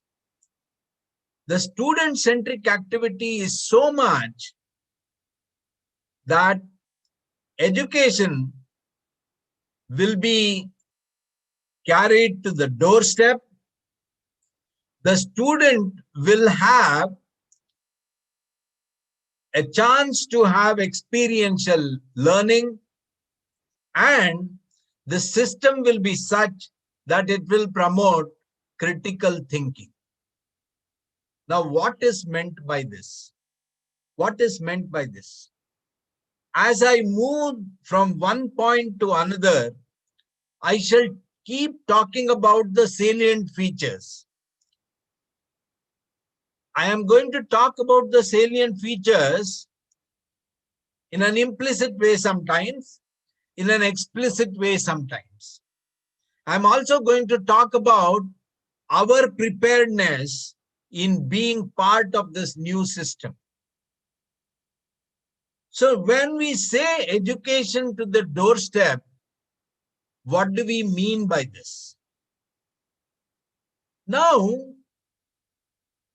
so far, students have all been coming to the college to one place. So when they wanted formal education, they had to be part of one educational that is institution. So it was a matter of routine that the student goes to that institution and receives education as it was given to him. Now, what is going to happen? I said education will go to the doorstep. What do we mean by this? In the present scenario, you are seeing that there are, for example, centers of science, I mean, cities of science, cities of technology, okay, cities of industries. So they're all concentrated. They're all available at one place. So if I am in one corner of India, I wish to have education, then I need to migrate to that place. Or if I cannot afford to have the education at the place where I am, okay, if I cannot afford to have education at those centers or those cities of science or technology, if I am in a rural setup or I am at a remote place, then I'll have to make do with whatever I have and study in that institution. So the limitation of that institution is my limitation. So there is no way by which I could, for example, go to a better place. Now what is going to happen now? This situation is going to change. The students are going to have knowledge enabling situations. They're going to have skill set development. These two will be in focus. The entire planning has been done in such a way. Things will be opened up. We will no longer have cities of science and technology. All of them will be shared resources of the country. God willing, all of them will be shared resources of the entire world. So, if suppose I am a person in the rural environment, say I join a rural institution in that remote place, what choices will I have because of the national education policy? I enroll in that rural institution. The NEP tells us that these rural institutions will be strengthened. We might possibly have free Wi-Fi throughout the country. Connectivity will be at its best. We will see networking the way it should happen. So, me as a student in a rural institution will take a few courses perhaps, or no course perhaps, in that institution. But with the help of that institution, being a member of that institution, I'll be able to connect with the best universities in the country and possibly abroad. Internationalization also is a great idea that is being mooted. It's going to open up so much.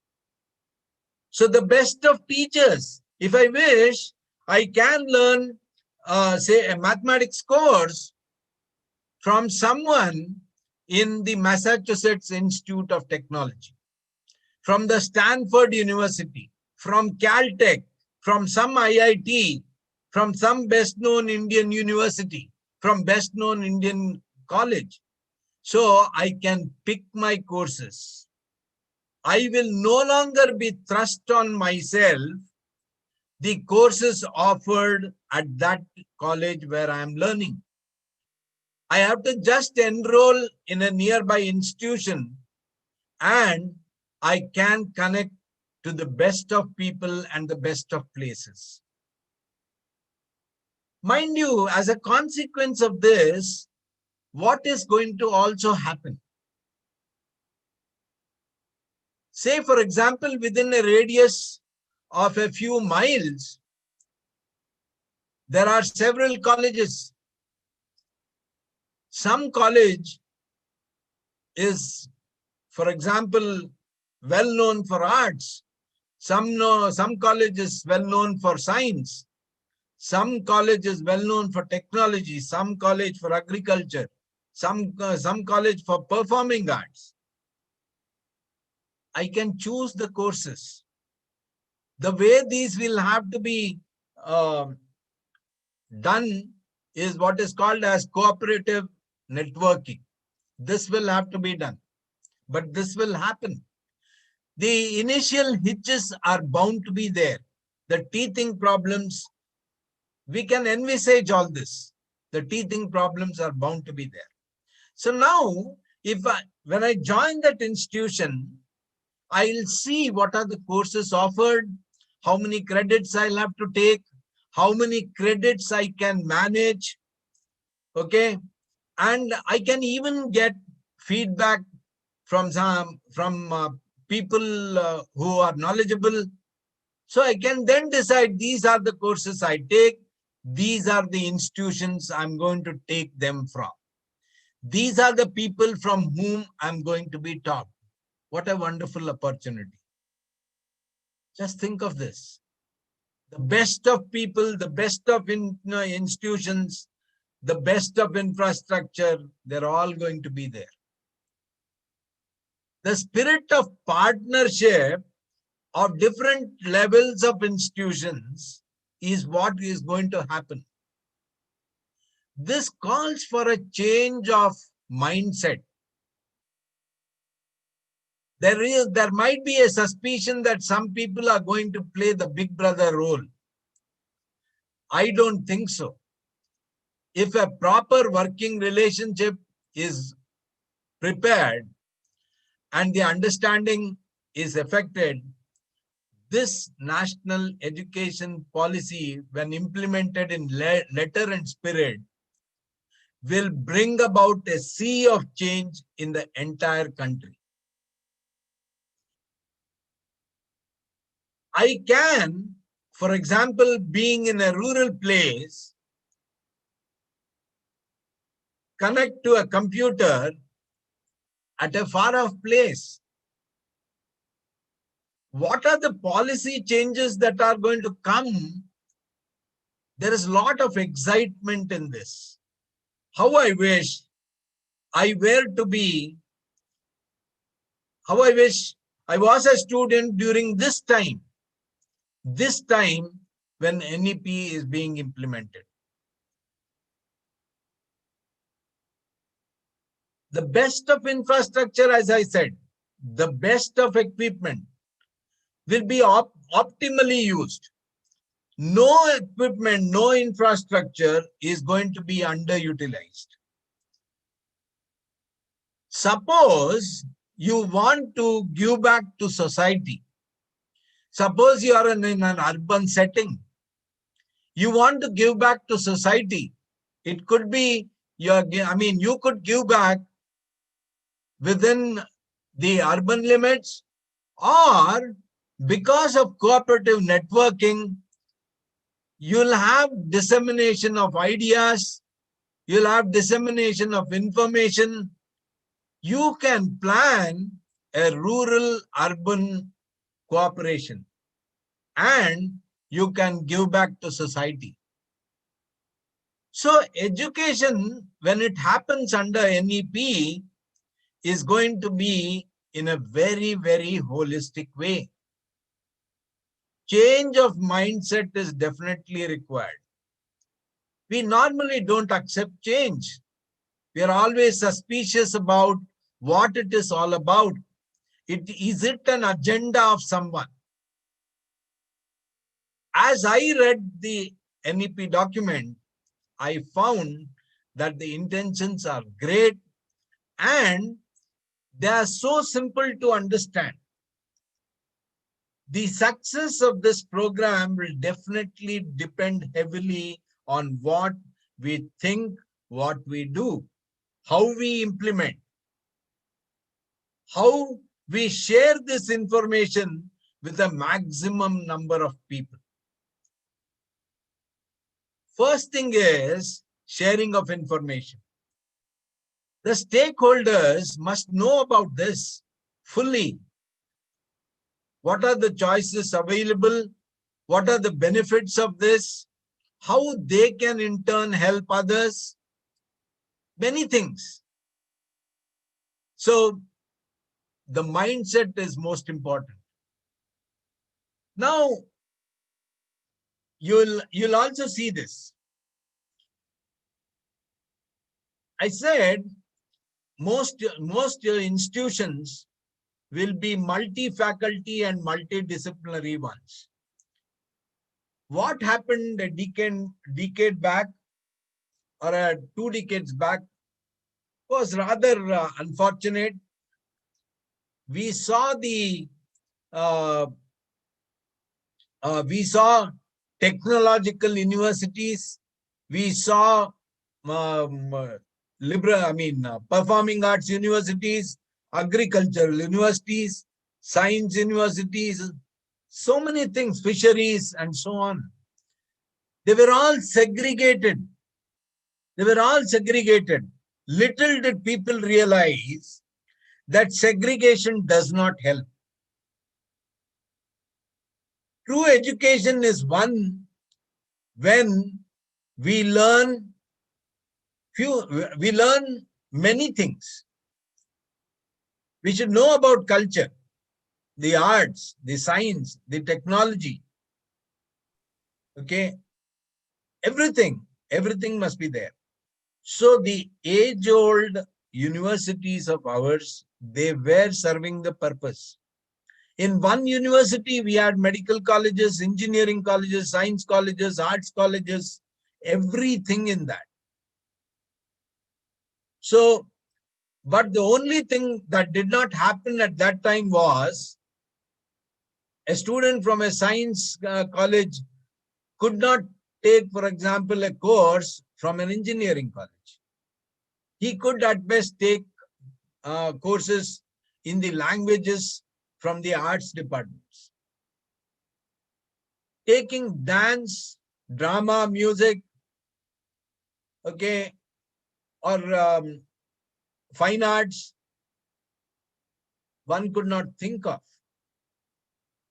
We only had traditionally physics, chemistry, and mathematics. Chemistry, biology, and botany and zoology. Such combinations, very rigid combinations. Slowly came electronics, slowly came computer science, then computer science in many different garbs, like information science and several other things. Then came computer applications, biotechnology, microbiology, several courses came. Some of them survived, some of them did not. So what did that experiment tell us? That experiment clearly told us, see, the failure of something is also education, knowing about the failure. So those courses which did not run, obviously said so many things to educators, said so many things to academics. Too much specialization at the undergraduate level, too much narrowing down of education is not acceptable, is not useful, perhaps. So people learned their lessons that at the undergraduate level, at least in the first 2 years, it will have to be quite a general one. I must know something of everything. That should be the idea. So slowly, the unstable situation, unstable dynamical situation in academics settled down on these things. Equilibrium. What is going to happen with NEP is also that we are at the beginning stages. Once the implementation is carried out fully in letter and spirit, it will stabilize because the intentions are good. So I said most universities shall therefore be multi-faculty. You'll have art, science, agriculture, everything, engineering, medicine, everything in one university. Then there are going to be multidisciplinary ones as well. True and holistic education will be imparted. I can take any course. Courses will be open to us. There is no question of being thrusted with a choice. So now when me as a student has to be imparted such an education, coming together is important. Not just the coming together of different departments in a university, coming together of several institutions, coming together of several states perhaps, coming together of several nations. Coming together of academia and industry will definitely happen because skill set has been given a lot of importance in the NEP, vocational programs as well. All these years, we have just been planning for academia-industry interaction. We have been planning. Nothing much has happened. Though in a limited way, it has happened in some places. It has definitely not happened to the desirable extent.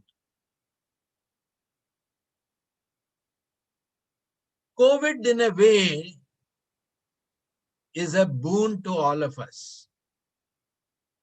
COVID has been a great teacher of many things. COVID made us technologically savvy. I don't think we had that mind to pick up change that well, to accept change that well. We became technologically savvy because of our circumstance. We were forced to do. If I don't take it up, I lose my job. That fear made me learn technology. It is going to be great for a country like India. Mind you, internationally, in the field of education, Indians are preferred. So far, why were they preferred? Thanks to the British, the English language ability of an Indian student is much better than his counterparts in China or in many parts of Europe and Africa and other continents. Now, that was an added advantage to an Indian student. Then came IT. The computer savvy Indian student was a much preferred student internationally. And an Indian student, when he went abroad, he worked very hard. So, in terms of every bit of these, he was the most desirable student. Now, because of COVID, what happened? We were using, for example, IT in a limited way. Only a few privileged few were using. Some were using programming, some databases perhaps at some places, and a limited amount of technology in the institutions and industries and other places. But what happened because of COVID? I learned many skill sets. Today, if I am presenting to hundreds of people, perhaps more than 1,000 or 2,000 people I am addressing today, all at their own homes, in their own rooms.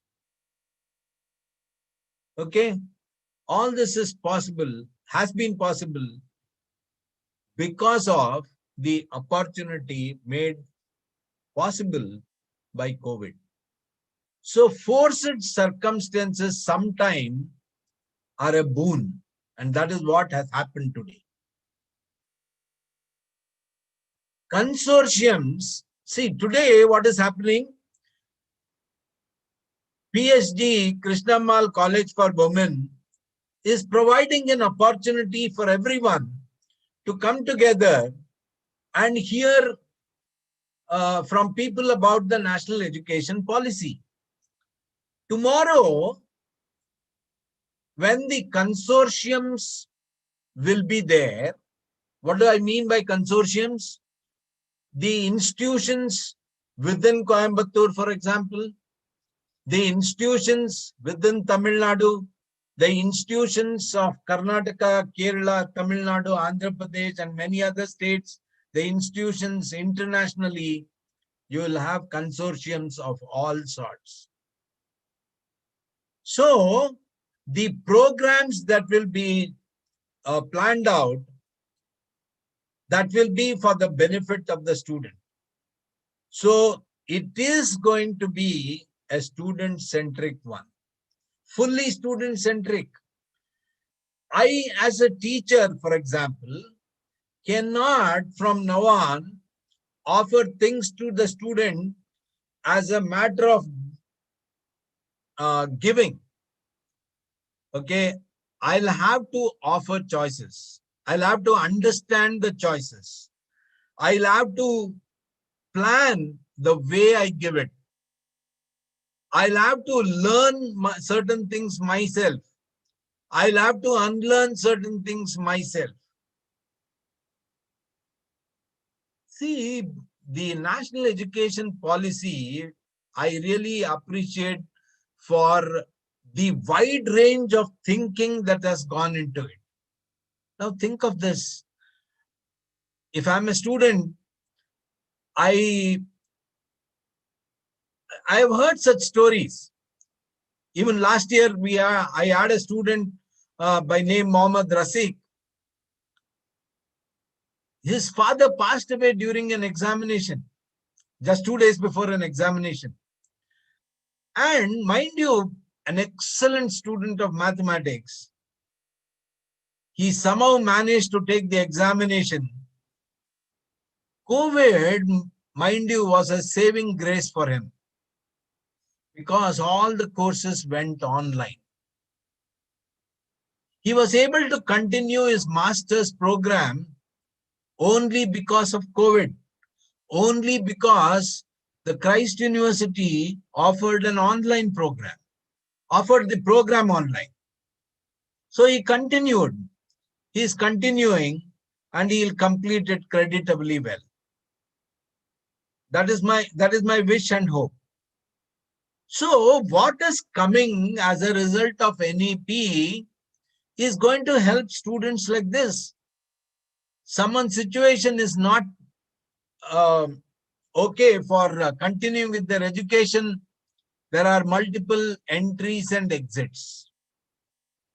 Now, multiple entries and exits will have to be planned in a very big way. First thing we'll have to start is with the curriculum. How do we structure it? Now, suppose I have mechanics, I have, say, calculus, I have something else. I cannot split that topic into two and say, I'm going to do, say, half of it this year and half of it next year. I cannot be doing that. What I'll have to do is, as a teacher, I'll have to offer the calculus paper in full in that year. This is what Dr. Pankaj Mittal referred to as capsule education. Everything will have to be in a capsule. So that capsule is an independent entity, does not depend on others. Self-sufficient. I need not, when I do this semester, it will be an entirety by itself. Now, what might happen? Suppose I miss out on one particular topic in this semester, say in one institution.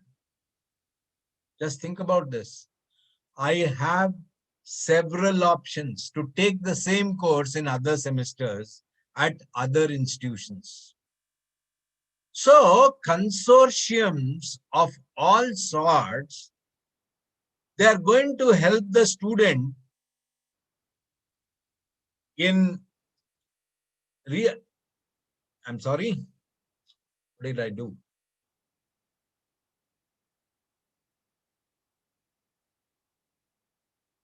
Are you seeing the screen?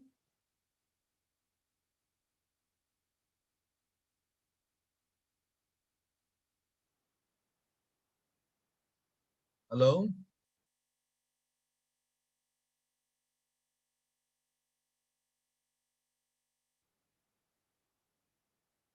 Are you seeing the screen now? Yeah. So the student, if he has, see, just think of this possibility. You will see that multiple entry and multiple exit will be a real possibility. It is possible to have something like that.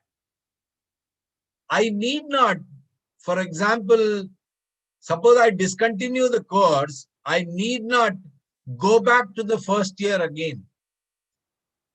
Because the first year of my undergraduate program will offer me a certificate course. The second year will offer me a diploma course. The third year will offer me a degree. And if I take up a 4-year research program, I need not even take up the master's program. If I take the degree program, I can take a 1-year master's program and then get into a PhD program. 4 years research would be a good thing for a master's program. So many possibilities. I can finish 1 year in this year, have a gap of 2 years, perhaps get into a job because of my circumstance, continue with my education. So consortiums are going to help implement the NEP in proper letter and spirit. Now, because of NEP, the student is going to have an equal opportunity. So all institutions will now turn out to be equal opportunity institutions. Okay, so student in a rural background and a student from an urban background, both will have the same opportunity. What a wonderful thing. Whoever thought about this national education policy, they must be complimented. Now, what happens because of all this? If the managements of institutions, they go through the national education policy thoroughly, the first thing that they're going to do is to think of strengthening the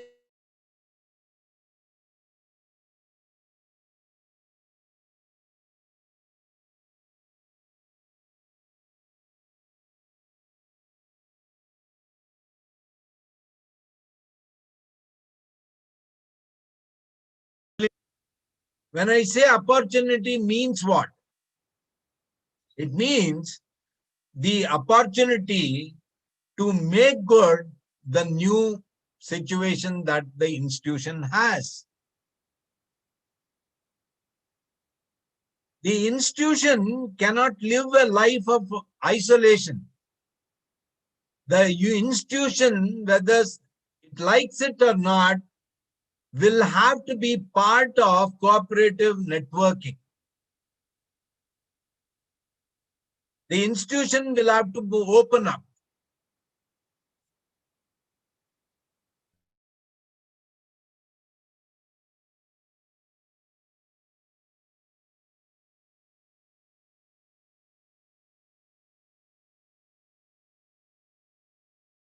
So this is a process of growing together. So NEP document, if read thoroughly, will definitely pave the way for overcoming weaknesses of institutions,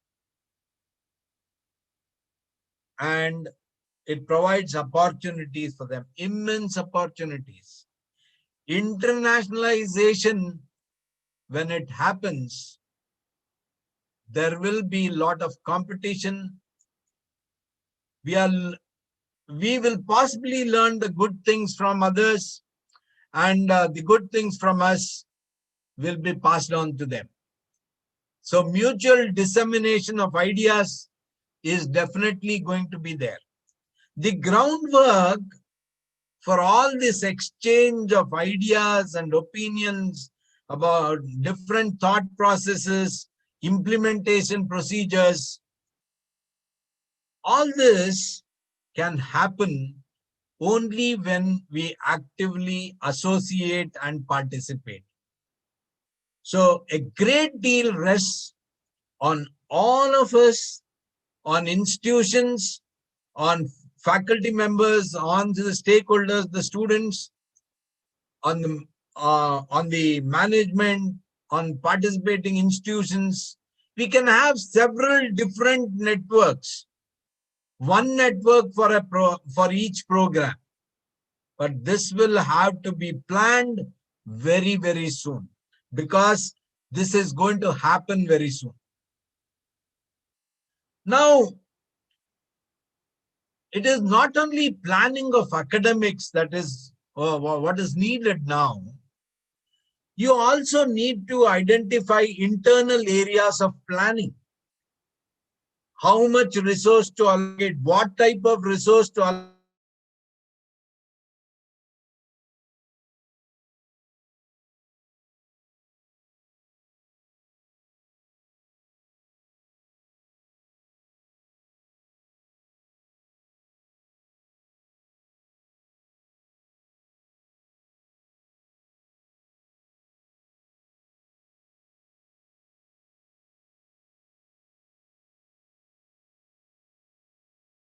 Earlier you identify what the programs are going to be under NEP, the better will be your planning. The better will be your resource allocation. Tentativeness is bound to be there. We have to be prepared for that. Tentativeness is bound to be there. It's an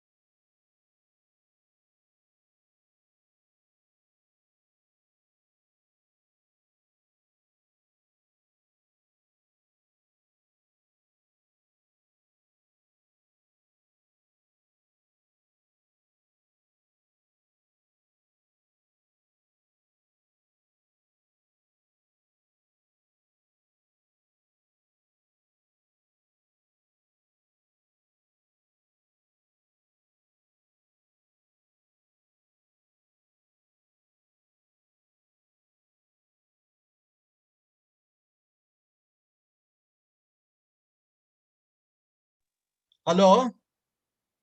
Yes. So what NEP is offering us today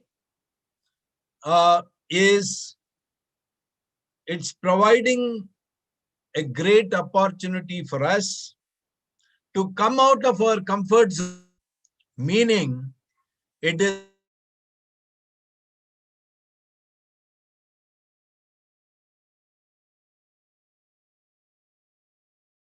in the entire country today.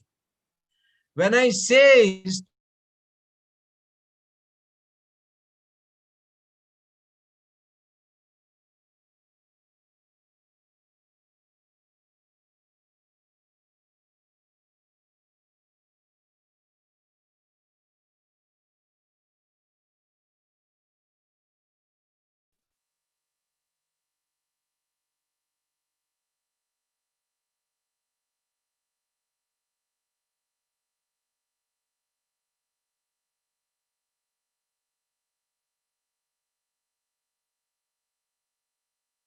hello? Am I audible?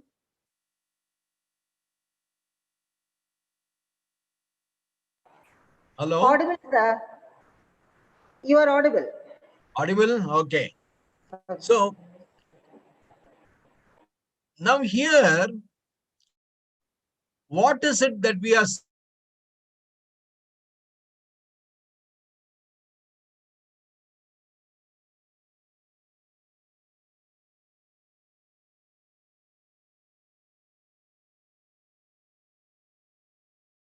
seeing quite a heterogeneous type of educational institutions.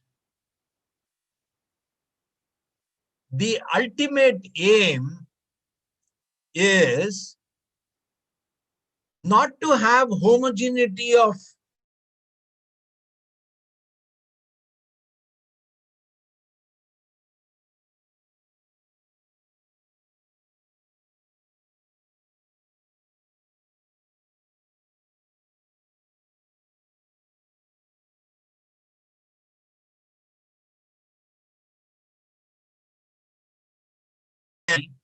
in consortiums.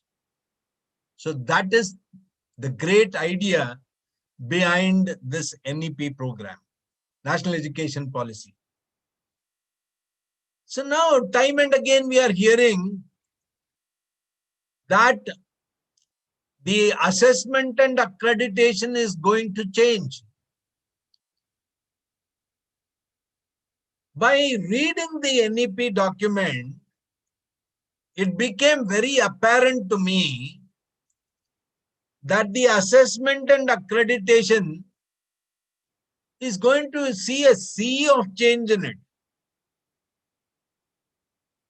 Accreditation of institutions might not happen or might happen. But for sure, accreditations of departments are going to happen. For sure, accreditations of a particular course is going to happen. Accreditation, mind you, it will not be surprising if assessment and accreditation of faculty and facilities is also going to happen. So when funding will be provided, the funding will be based on performance. So the outcome from a particular department, from a particular faculty, from a particular institution, that will provide the funding agencies, okay? So the outcome, that will give the idea or the objective data for funding agencies to provide funding based on performance. So now then, it is time for institutions, it is time for teachers, it is time for everyone who matters to get into things that are innovative, and we will have to invariably make use of modern methods of pedagogy. So that is definitely warranted. We are seeing the writing on the wall. We are seeing, okay, we have to read between the lines. It all means to say that the institutions should see, okay, should open their eyes and see a new direction that is being suggested by the NEP, and also know for themselves what identity they need to have under this changed circumstance. What quality of education the institution wishes to offer depends on the extent of cooperative networking, depends on the facilities, local facilities, depends on your strength in cooperating with others, depends on your strength in making people associate in activity-based programs, making people part of multidisciplinary programs, making people research-oriented, making students imbibe this new spirit that is put forth by the National Education Policy. Madam Pankaj Mittal was talking to us about the bank of, what is that? Academic Bank of Credit. What a fantastic program it is. A student has a bank account. That bank account will give all the information about his credits. Anyone can see what are the credits he has. That bank provides him the opportunity for multiple courses, multiple universities. It will widen the horizon for him, both nationally and internationally. It makes the student visible, come into the openness. So, when I say an equal opportunity takes a better meaning with the type of thinking that the NEP offers.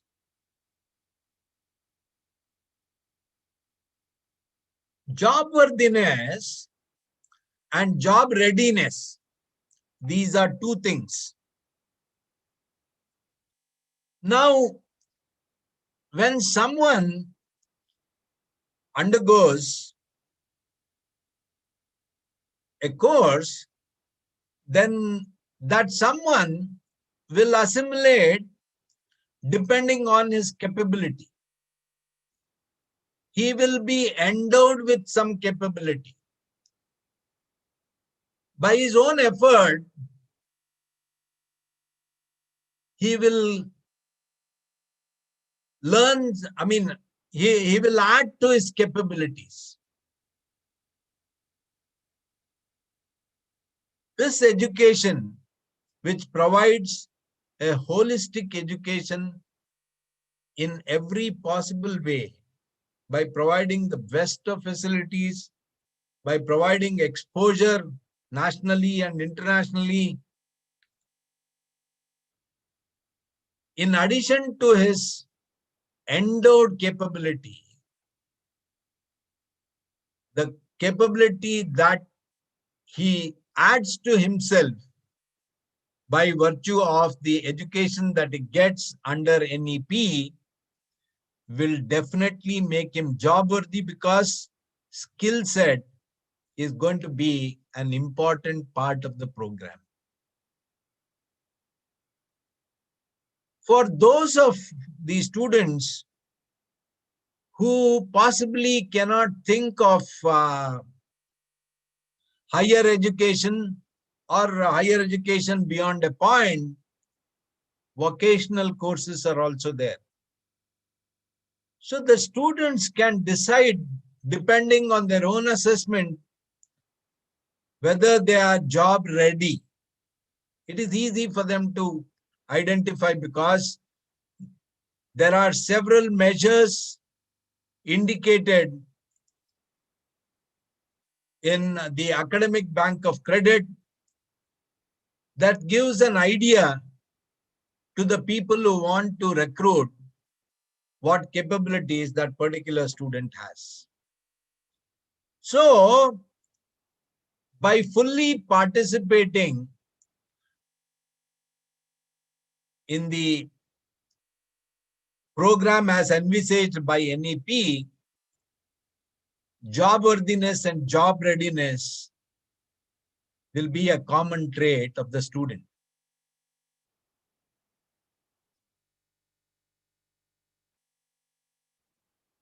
Now, it's a very ambitious program, no doubt. It is a highly ambitious program. Now think of this. 15,000 universities have been planned over a period of time. So what is going to be the GER? GER is going to dramatically increase, is going to drastically increase. Now, if we have to have 15,000 universities in the entire country and possibly outside also, can it always be in a city? Can it be in a semi-urban setup only? It has to be in an urban setup as well.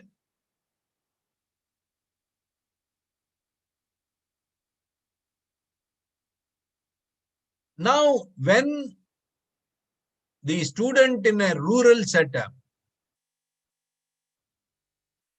by virtue of what has been suggested in the NEP, when it is implemented, it only means that there is going to be a level playing field for stakeholders, for all stakeholders.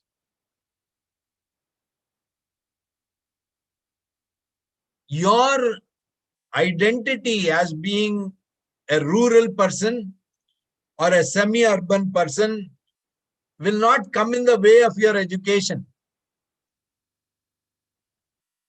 I'm sure there is going to be a lot of changes in the funding to the student. The banks are going to definitely come out with more easy procedures, more better funding. Okay. And student who wishes to take up something that he wants, the funding will be there. Even now, the funding is there to a certain extent, but not to the extent the student wishes. It's not easy to get funding in the case of, in many cases. So I think there will be a sea change in the banking sector as well. But one thing is for sure, that the best of education is planned to be reached to the student. The best of education has been planned to be reached to the students.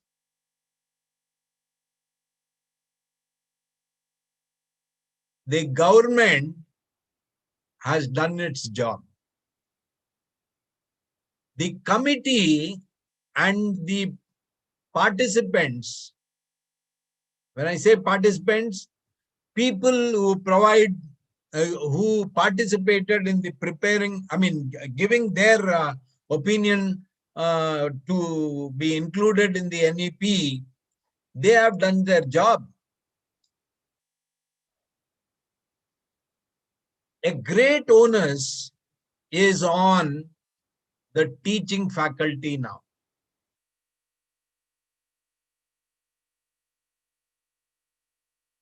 Not only do we teach the courses that we are meant to teach, we have to do an additional role as well. To carry the information of the benefits of NEP, the facilities under the NEP initiative, these things will have to be carried to the to every single individual, every single stakeholder, and that will then lead to the success of the programs.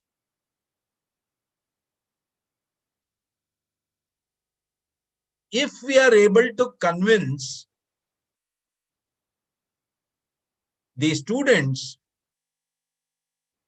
that the best of education, quality education, will reach them sooner or later, we will not see a mad rush into the urban cities.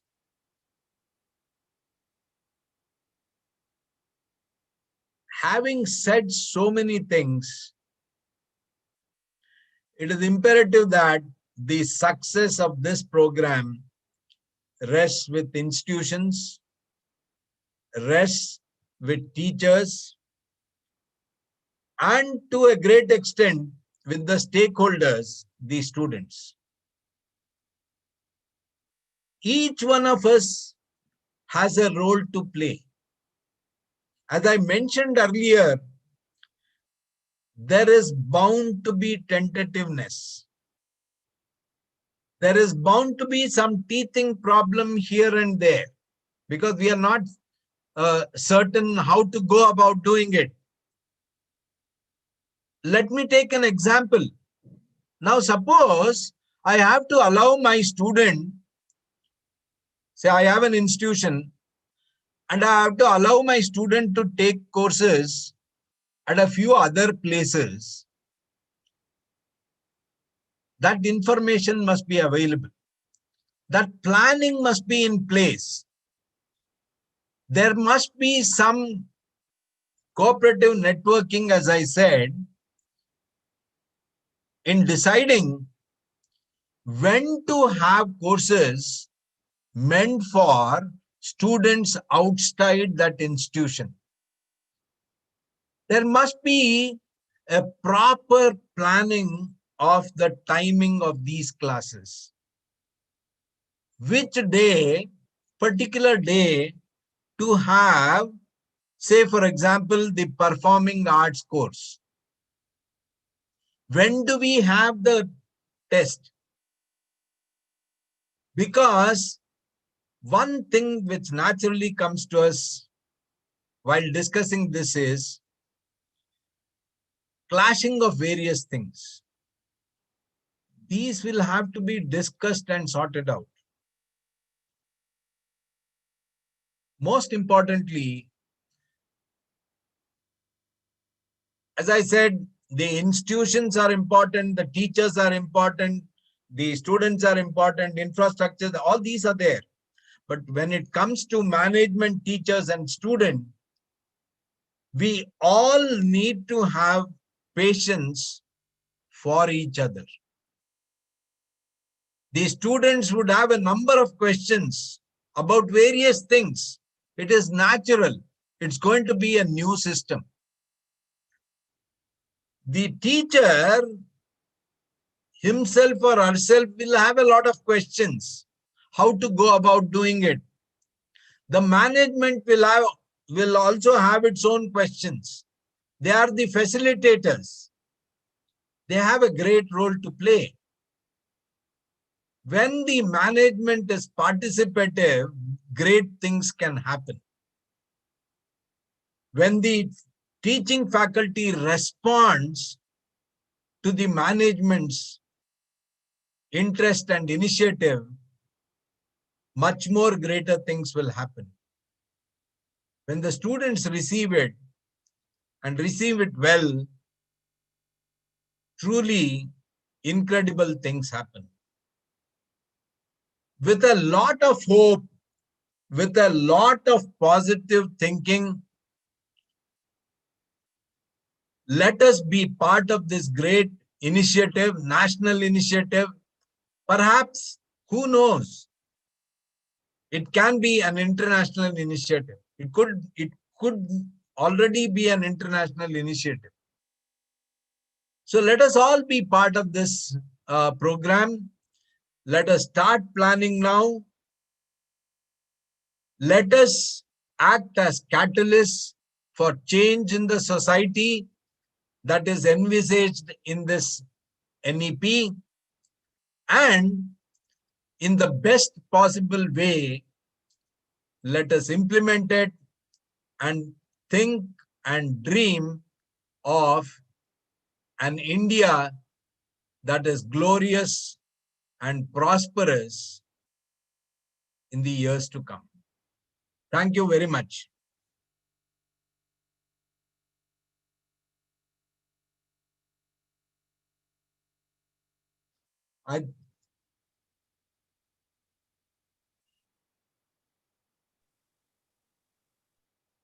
Hello?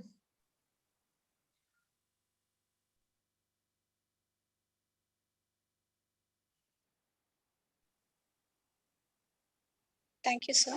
Dr. Shaktikala?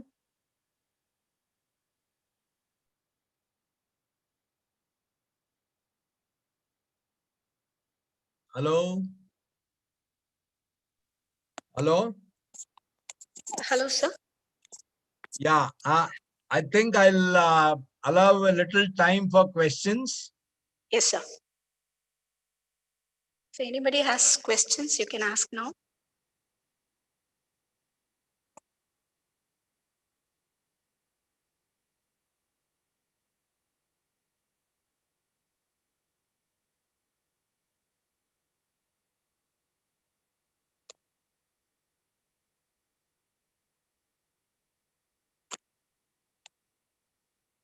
Everyone is hungry, I think.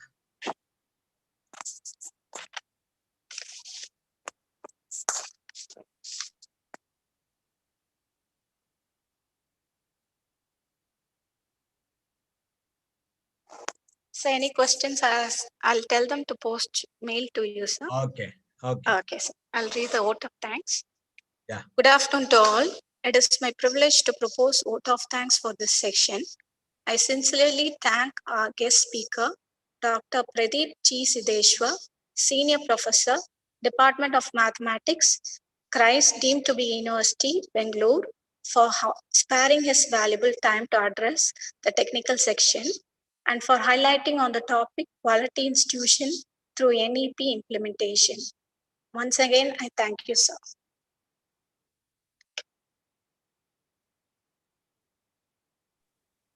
Thank you, sir. Thank you.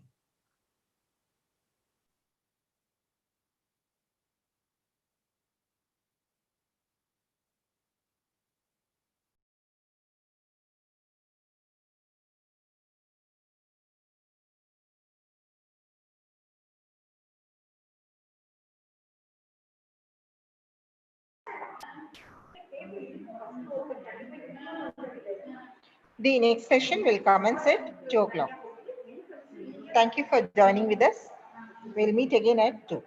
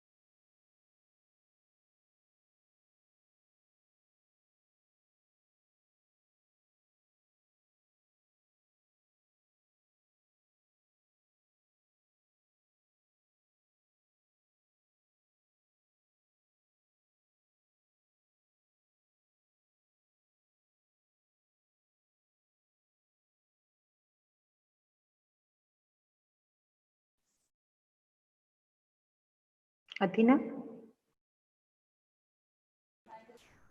Ma'am, good afternoon, ma'am. Ready தானே? Ready தாங்க ma'am. Screen வந்து share பண்ணிக்கிட்டுமாங்க ma'am இப்போ? இல்ல sir வரட்டும். First slide அவரோட பேரு photo இருக்கிறது மட்டும் போட்டு வைக்குவாங்க மேம். ஓகே. சரிங்க மேம். ஷேர் பண்ணுங்க.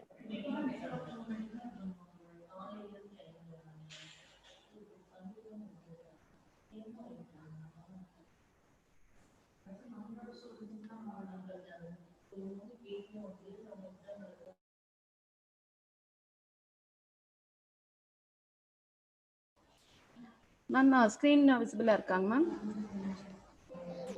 இருக்கு. ஓகேங்க மேம். அதை இந்த மோடு கொண்டு போய்க்குங்க. ஓகேங்க மேம். F5 பிரஸ் பண்ணுங்க. Yeah.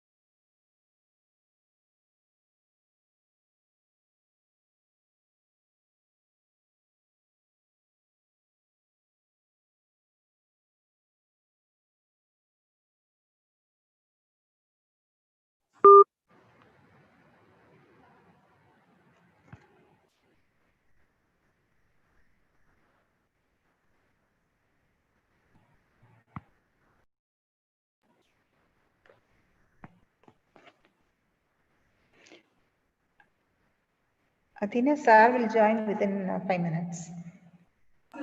ஓகேங்க மேம். வெயிட் பண்றேங்க மேம். சார் ஜாயின் பண்ண உடனே வெளியிடுறேன். Thank you.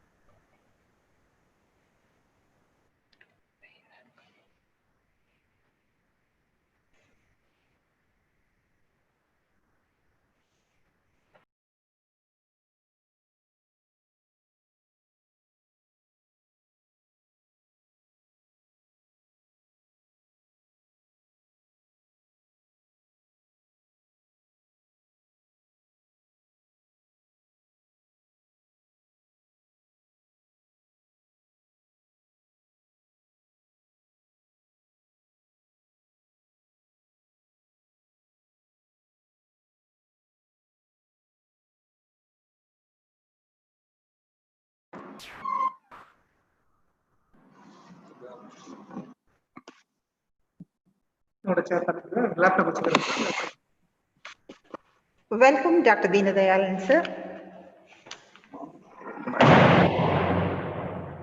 Joining with you, Dr. K. Sumati, convener of this program. On behalf of my administration, organizing team, and SSUN, I'm very, very happy to invite you into our mess.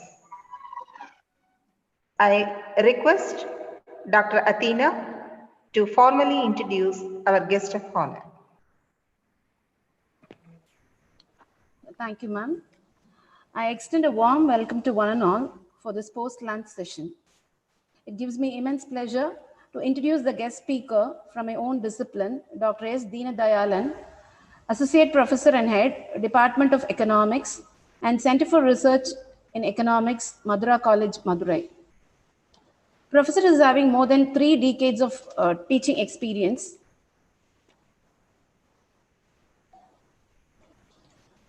Apart from attending various conferences, seminars, and workshops at both national and international level, he also has the credit of organizing more than 20 seminars and conferences at various levels. He has published more than 40 articles in refereed journals and has also authored and co-authored about 12 books. He also acts as an editor for few international journals too. He has guided 32 MPhil candidates and 12 PhD candidates. He has also been a resource person for various colleges and universities at various capacities in and around Tamil Nadu. He's been a regular speaker in All India Radio, and above all, to his credit, he has received the Best Teacher in Economics Award by Malcolm Elizabeth Adiseshiya Trust and Senior Economist Award by the Association of Economists of Tamil Nadu. And he has also bagged the Best NSS Program Officer Award from Madurai Kamarajar University. So we have a very right person amidst us to highlight us on New Educational Policy 2020 for Value Education. I once again extend my warm welcome, sir. The is yours. Thank you, sir. Good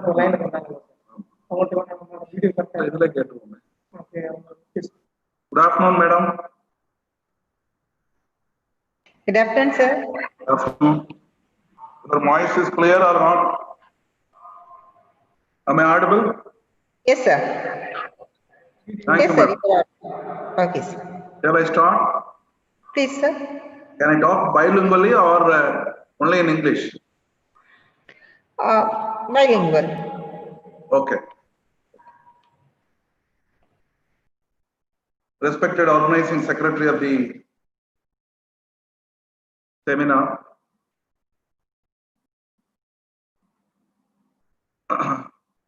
most respected principal of the college, learned participants, very good afternoon to all of you. I am very happy to meet you through this online program. At the outset, I must register my heartfelt thanks to my good friend Dr. Mail Murugan. Through him only, I got the opportunity to meet you all. I am very happy that college is organizing an important and pertinent topic of the seminar is national education policy. That the national education policy, people thought that it's a new educational policy. We must clear about this doubt.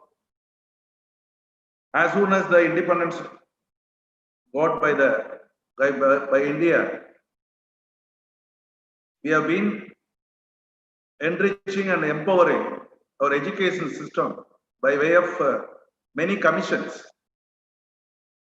education commissions. But now that we are thinking of providing education for the country, it's not new, it's the national education policy. The policy of education must be only aiming to address the grievances, development, betterment, empowerment of the country The purpose of education is to provide the holistic development of hand, heart, and head. This is the objective of education. You might have heard that the Vedic lines, Sadoma Sadgamaye, Tamasoma Jyotirgamaye, Mridyorma Amridam Gamaye, which means the first line shows that Asadoma Sadgamaye, lead me from unreal to real. Tamasoma Jyotirgamaye, lead me from darkness to light. Mridyorma Amridam Gamaye, it's highly philosophical in nature, that lead me from mortality to immortality. These three lines, which clearly explains about the definition for the term education. But as Swami Vivekananda has given a popular renowned definition, which has been accepted throughout the world, education is a manifestation of the perfection which is already in man. Everything is in you, and you can extract anything and everything from you. If you feel strong, you will be strong. If you feel weak, you will be weak. It all depends upon your mind. This is what Swami Vivekananda pointed out. What is education? People thought that education is meant for employment, education is meant for placement, education is meant for empowerment, education is meant for money, education is meant for social, cultural, economical development, education is meant for knowledge, education is meant for wisdom. But the purpose of education is something different. Today, the parents are aiming to put their children only the college which are offering more number of placements. The more number of placement will not help the children or will help the person to lead his life happily and peacefully. But the purpose of education is to make the people happy. The purpose of education must make the people with peace of mind. The purpose of education must make the people to understand what is love, what is affection, what is care, what is concern, and how to lead a quality life. This is the very objective of education. But unfortunately, we are aiming to get money through our education. Now the education provided all of us with a huge amount of money, with a huge amount of knowledge. But unfortunately, people are facing so much of stress, tension. Even when you ask a LKG student, he immediately replied, I am having full of tension for the work which is given by my teacher. Similarly, everybody is under stress. Why? Because the education has given you only knowledge and money, knowledge and employment. But what we need today is peace and happiness. We want to be at peace. We want to have peace and happy. With these two objectives, only the education must travel. After 34 years of reforms in Indian education system, 1986, there was a education policy which was conceived by then Prime Minister Rajiv Gandhi, and then it was little developed by P.V. Narasimha Rao in the year 1992 and 2005. Now only we have got a national education policy, which is the policy which is meant for the 21st century. And in this policy, we have inculcated value-based education, heritage-based education, tradition-based education, the education with values, education with culture, education with tradition, education with knowledge, education with wisdom, education with quality, education with the holistic development of cognitive domain, affective domain, and psychomotor domain. So definitely this policy will address the need of the hour in various fields. Just I would like to touch upon the brief history of the milestones of Indian education system right from the independence. We got independence in the year 1947, August 15th. Then we got Republic in the year 1950, January 26th. The policy 1947, 48, 49, University Education Commission was set up. Then later in 1952 and 53, Secondary Education Commission was set up. In 1964 and 66, UGC and Kothari Commission was set up. 1968, Indira Gandhi has made some of the reforms in Indian education system. And after that, after 1968, Rajiv Gandhi, when he ruled the country, he has introduced a new education policy with some reforms. In 1992, 2005, the then Prime Minister P.V. Narasimha Rao has also made some of the reforms. And it's only a modification of 1986 only. Now that in 2019, we have come out with an important document which is called National Education Policy, which comprises of so many things, and which includes inclusive education for all, equitable education for all, education for all, compulsory education for up to the school education up to the year for 14 years. So these are the important ingredients and the history and milestones of Indian education system. And this policy, which provides you a comprehensive framework for both school and higher education system, in which there are 3 types of systems introduced in this policy: type 1 institution, type 2 institution, type 3 institution. A type 1 institution will entirely dedicate on research, and type 2 education, it's a combination of both research and teaching. And type 3 education is meant for the collegiate education, which is the exclusive job of the institution is to provide only teaching aspects. And now that the government has come out with clarity that these are the 3 types of institutions in which how the collegiate education and school education must carry forward. And previously we had a system of elementary education from 1 to 5, and 6, 7, 8 it is considered to be a middle school education. Then 9th and 10th will be considered to be a secondary school education. Then +1 and +2 will be considered to be a higher secondary school education. This is the pattern as such we are following now. Now that the government has come out with a new pattern, which is 5 + 3 + 3 + 4. I think so many resource persons have expressed about this kind of views. Let me come to my job. The topic which I have decided to deliver you is only on National Education Policy 2020 and how value education has been incorporated in this policy. This is what I want to talk to you. But at the same time, this is the first education policy in 21st century, no doubt about it, because the previous education policy was introduced in India in 1986. And it is introduced after 34 years of long gap.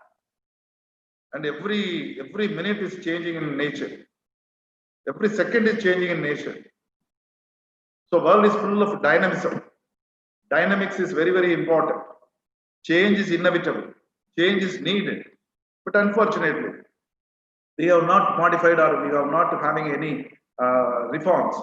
For the past 34 years, it's a very big and very long gap in Indian education system. Therefore, the present government headed by Narendra Modi ji has come out with an important recipe. I can say this is a recipe for the students, staff, faculty, entire world, because we are only providing number of manpower. Nadala Satya, Sundar Pichai, and other dignitaries who are working abroad, and all of them have studied their education only in India. Therefore, Indian education system is always a superior system. There is no second thought at all. And it is the policy, it's not a law. We must understand that it is a policy. It is a policy evolved by the government, and it was passed in the cabinet and approved in the cabinet on 29th of July 2020. But the work was started headed by Kastur Rangan. Previously, it was by Subramanian, T.R. Subramanian. The earlier work was done by T.R. Subramanian, and later it was carried forwarded by the eminent leadership of Dr. Kastur Rangan, and the cabinet has also approved it. And it has not been presented in the parliament, but it was approved in the cabinet. And the implementation is based on the concurrence of the state and as well as the center. Because there are three lists, as you are aware that there are central list, state list, and concurrent list. The powers vested with center, the powers vested with state, and the powers vested with both by the center as well as the state. The education comes under the category of concurrent list. Therefore, it is a policy evolved by the central government for the development of the country, to educate the people and make the people to be a good citizen for the country. That is the objective behind the policy. And it is up to the state governments to decide whether it has to be introduced or not.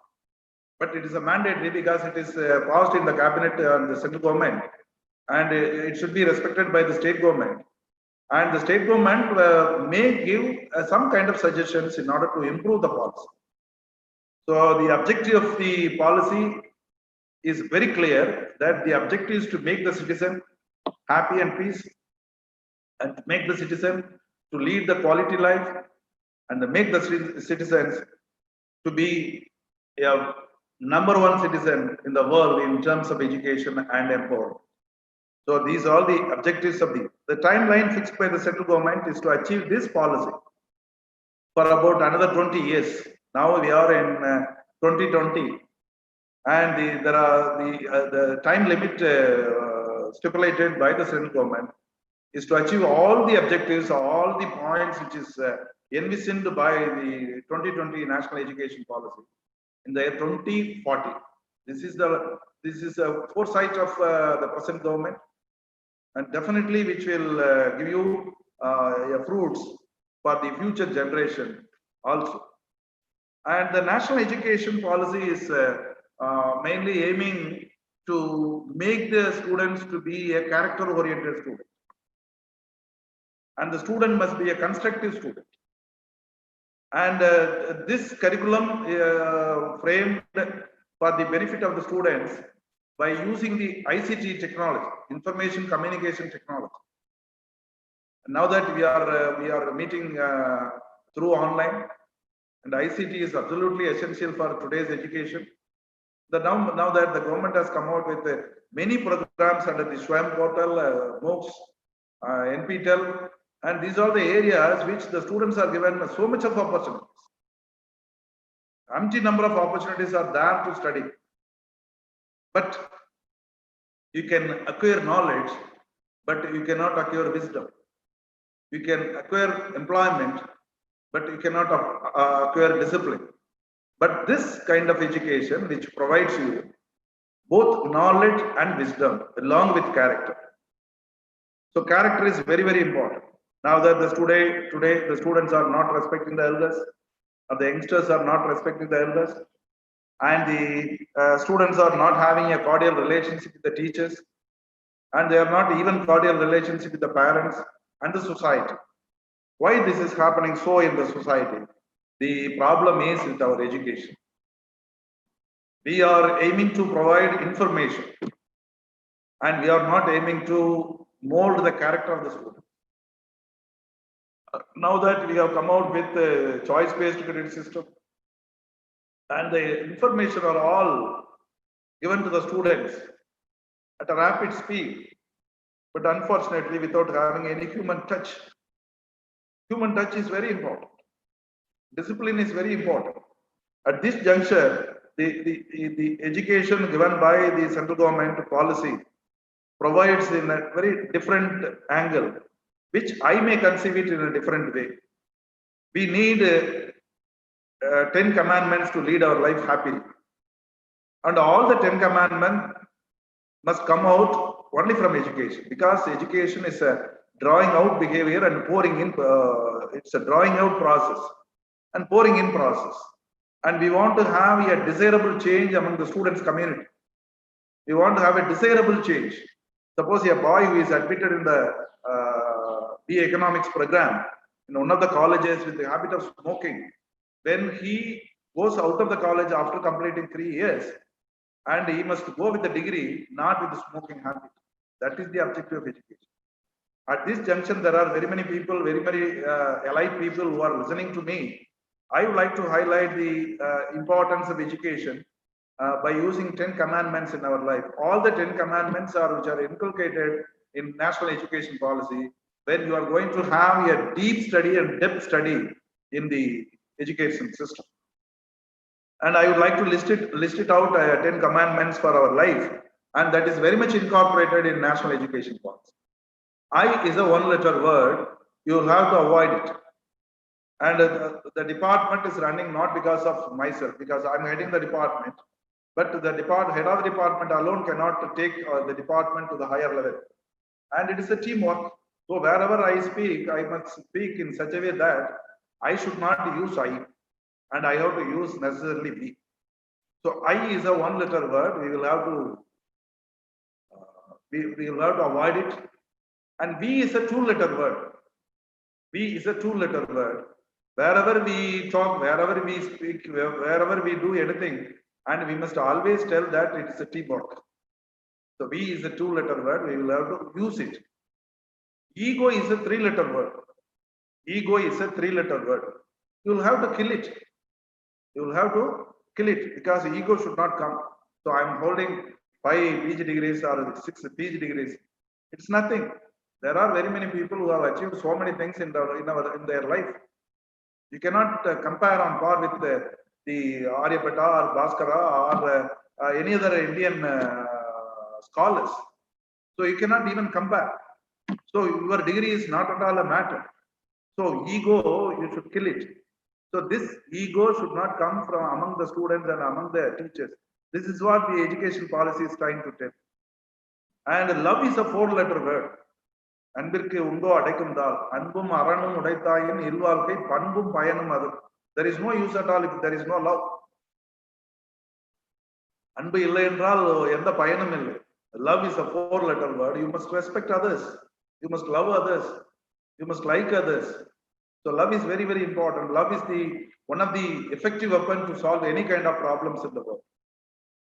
Through love, you can settle any kinds of problems, even the border problem, or enmity between the neighbor countries, or enmity among the neighbors, or whoever he may be. And love is one of the effective weapons. It's the strongest weapon which will help you to solve any kinds of problem in the society. Love. And smile is also equally important because we need cordiality. A smile can do anything. Smile is also equally a good weapon. So weapon should not be used for bad purpose, and it should be always used for the good purpose. Knife may be used to cut your neck, and may be used to cut your fruits or vegetables. It depends upon the people who are handling the weapon is very important. Therefore, smile, smile, smile. Always smile. Smiling is a very important one personality ingredients of personality development. So smile is a 5-letter word. You will have to keep it. Rumor is a 6-letter word. You will have to ignore it. Somebody may say something about you or something wrong, and you don't care about it. You just ignore it. So you don't spend so much of time in answering all the rumors about you. So rumor is a 6-letter word. You will have to ignore it. Success is a 7-letter word. You will have to achieve it because success cannot be purchased from the shop. There is no price for success. The price for the success can be achieved only through your hard work, your right way, right path. That is always that always give you a holistic happiness in you. So success is a 7-letter word. You will have to achieve it. Jealousy is a 8-letter word. You will have to distance it. Jealousy. So don't be jealous with your colleagues, with your neighbors, with your relatives, with your friends, with your society, and try to compete. Don't be jealous. That is always needed. Knowledge is a 9-letter word. Knowledge, you can acquire it and accumulate it. Try, read. You continuously read, continuously try. Continuously put your hard work to acquire knowledge. Knowledge cannot be acquired over a night, and you will have to study throughout your life, because learning is a lifetime exercise. Learning is a continuous process. Learning is very, very essential for our experience. So learning is a lifetime experience, and you will have to acquire your knowledge. And discipline is a 10-letter word. You will have to make it up to your lifetime, up to your last breath. There is one kural given by Thiruvalluvar, Olukam Velupam Tharalam, Olukam Uyirinam Ombapadam. If there is anything more than the soul, which is called discipline, this is according to Thiruvalluvar. உயிரை விட உலகத்துல ஒரு பெருசு ஒன்று இருக்குன்னு சொன்னோம்னா discipline. That discipline is inculcated in national education policy. That character is inculcated in national education policy. That concern and care is inculcated in national education policy. That confidence and courage is inculcated in national education policy. That love and affection is inculcated in national education policy. The teamwork is inculcated in national education policy. The holistic development of hand, heart, head is the objective of national education policy. So, with this few ideas, this national education policy is a character-oriented policy, a constructive educational policy, a curriculum-oriented policy, a choice-based policy, choice-based credit policy, and it's a highly communicative policy, and it is a courageous policy, it's a confidential policy, and it is a comprehensive policy. It's also an innovative policy, the multidisciplinary policy, the student-centric policy, and it's the interdisciplinary policy. So everything is included. That is called inclusive education, not only including the people, right from the last person to the highest person. The objective is to give you an inclusive education for all, at the same time equitable education for all. These are the objectives of our education policy. Just I would like to highlight some of the important ideas which are very much related to values. Values are very, very important for our life. There is a little difference in values, value education and values in education. We need values in education, not value education. We don't want to see the education in terms of value. And the education with values are very, very important. So that education is very, very important. According to UNESCO in their 1996, education throughout life was based on 4 pillars. And this was completely carried out by national education policy. This was completely carried out by national education policy. There are 4 important pillars for our education. Learning to know, learning to do, learning to live together, and learning to be. I repeat it once again. Learning to know. தெரிந்து கொள்வதற்கு, learning to do, செயல்படுவதற்கு, கற்பது எதற்கு, செயல்படுவதற்கு, learning to live together, ஒன்றாக வாழ்வதற்கு, learning to be able to act according to the situation. So these are the 4 pillars of education system as envisioned by the UNESCO, and it was completely incorporated through our national education policy. Everyone has the right to education. There 2019, and it was implemented in 2010 by the then government, that education for all, and there should be a mandatory education for all, compulsory education for all up to the 14th year of our children. So between 5 and 14, there should be a compulsory education. No one is left out. Education Article 26, which provides you education shall be free, at least in the elementary and fundamental stage. Now that our country is able to provide education is at free of cost, and everything is free as per the Tamil Nadu government is providing freebies for about 54 items in the school education. And Tamil Nadu is for excelling in terms of education, in terms of employment, in terms of energy, in terms of everything. So So elementary education shall be a compulsory one. Education shall be directed to the full development of human personality.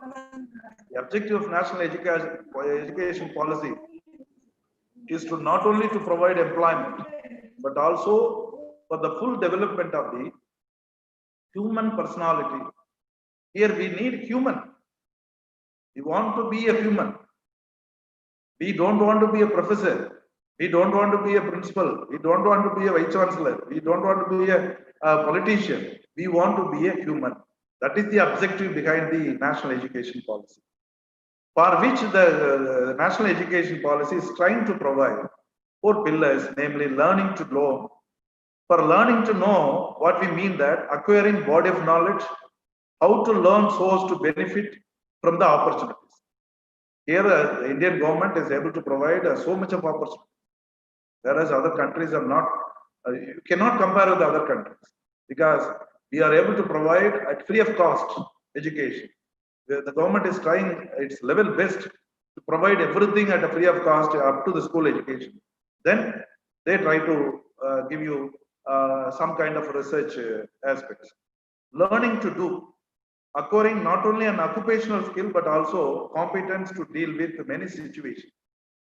This policy will provide you not only an occupational skill, what is needed for your occupation is very important. Equally important that how you are dealing other situation and how you are competing with others, how you are able to provide your skills to make them to understand by others, and this is called learning to do. And you must have a habit of working with teams. Learning to. So now that I have completed 2 things, learning to know and learning to live together. And we must have a habit of living together. Previously, our ancestors were lived together. If there is a family, there should be some grandfather, grandmother, maternal uncle, father, mother, brothers, children. And these are the combination of the family. Now that you are having a unique family, you are having a family of separate families. And within the families, there are separate. Husband is living separately and wife is living separately and children are living separate. Everybody has a different room. Of course, you can have different rooms, but you should not have different thoughts. In a family, you must have a single thought. Whatever you want to take a decision, you must take a decision unanimously. And if you are having everybody has has a separate idea, and it's very difficult for us to unite the country because we have more number of states, more than 30 states, 7 union territories, and more than 130 crores of population, and it's very difficult to consolidate our views. Therefore, working in a team is very, very important, and the team culture is educated in the national education policy. Learning to live together, developing an understanding of other people, and you must have a better understanding, cordial understanding, a mutual understanding, mutual love, mutual respect. Very difficult for us to find it anywhere. Mutual love, mutual trust, mutual respect. All the 3 are very, very important. And your education system must provide these things. Unless I believe my colleague, how can my colleague will believe me? In turn, how can my students will believe us? So belief is very, very important. Trust is very, very important. You must have trust in your family. Similarly, the family must have trust in you. Therefore, developing an understanding of other people, maybe with your relatives, with your neighbors, with your friends, with your colleagues, with the society is more important. That kind of education is given to you through this national education. Appreciating others, and you are always dependent. Nobody is independent. Everybody is dependent. You must understand. You must make your students to understand you are dependent. You are always interdependent. You are not independent. Nobody is independent except God. Even God is dependent sometimes. So we need to depend upon others. We must value the pluralistic approach, the pluralistic ideas. And India is known for biodiversity. India is known for a different culture, different traditions, different beliefs, different myths, different types of taste, different types of preferences, different types of education system. And India is known for biodiversity, diversified in nature. Though we must respect the values of pluralism, we must have a mutual understanding. The holistic aim of national education policy is to make the people to be peaceful, to be happy. That is the objective of national education policy. Then the fourth pillar is learning to be. What it indicates, learning to be, developing one personality. Developing one's personality.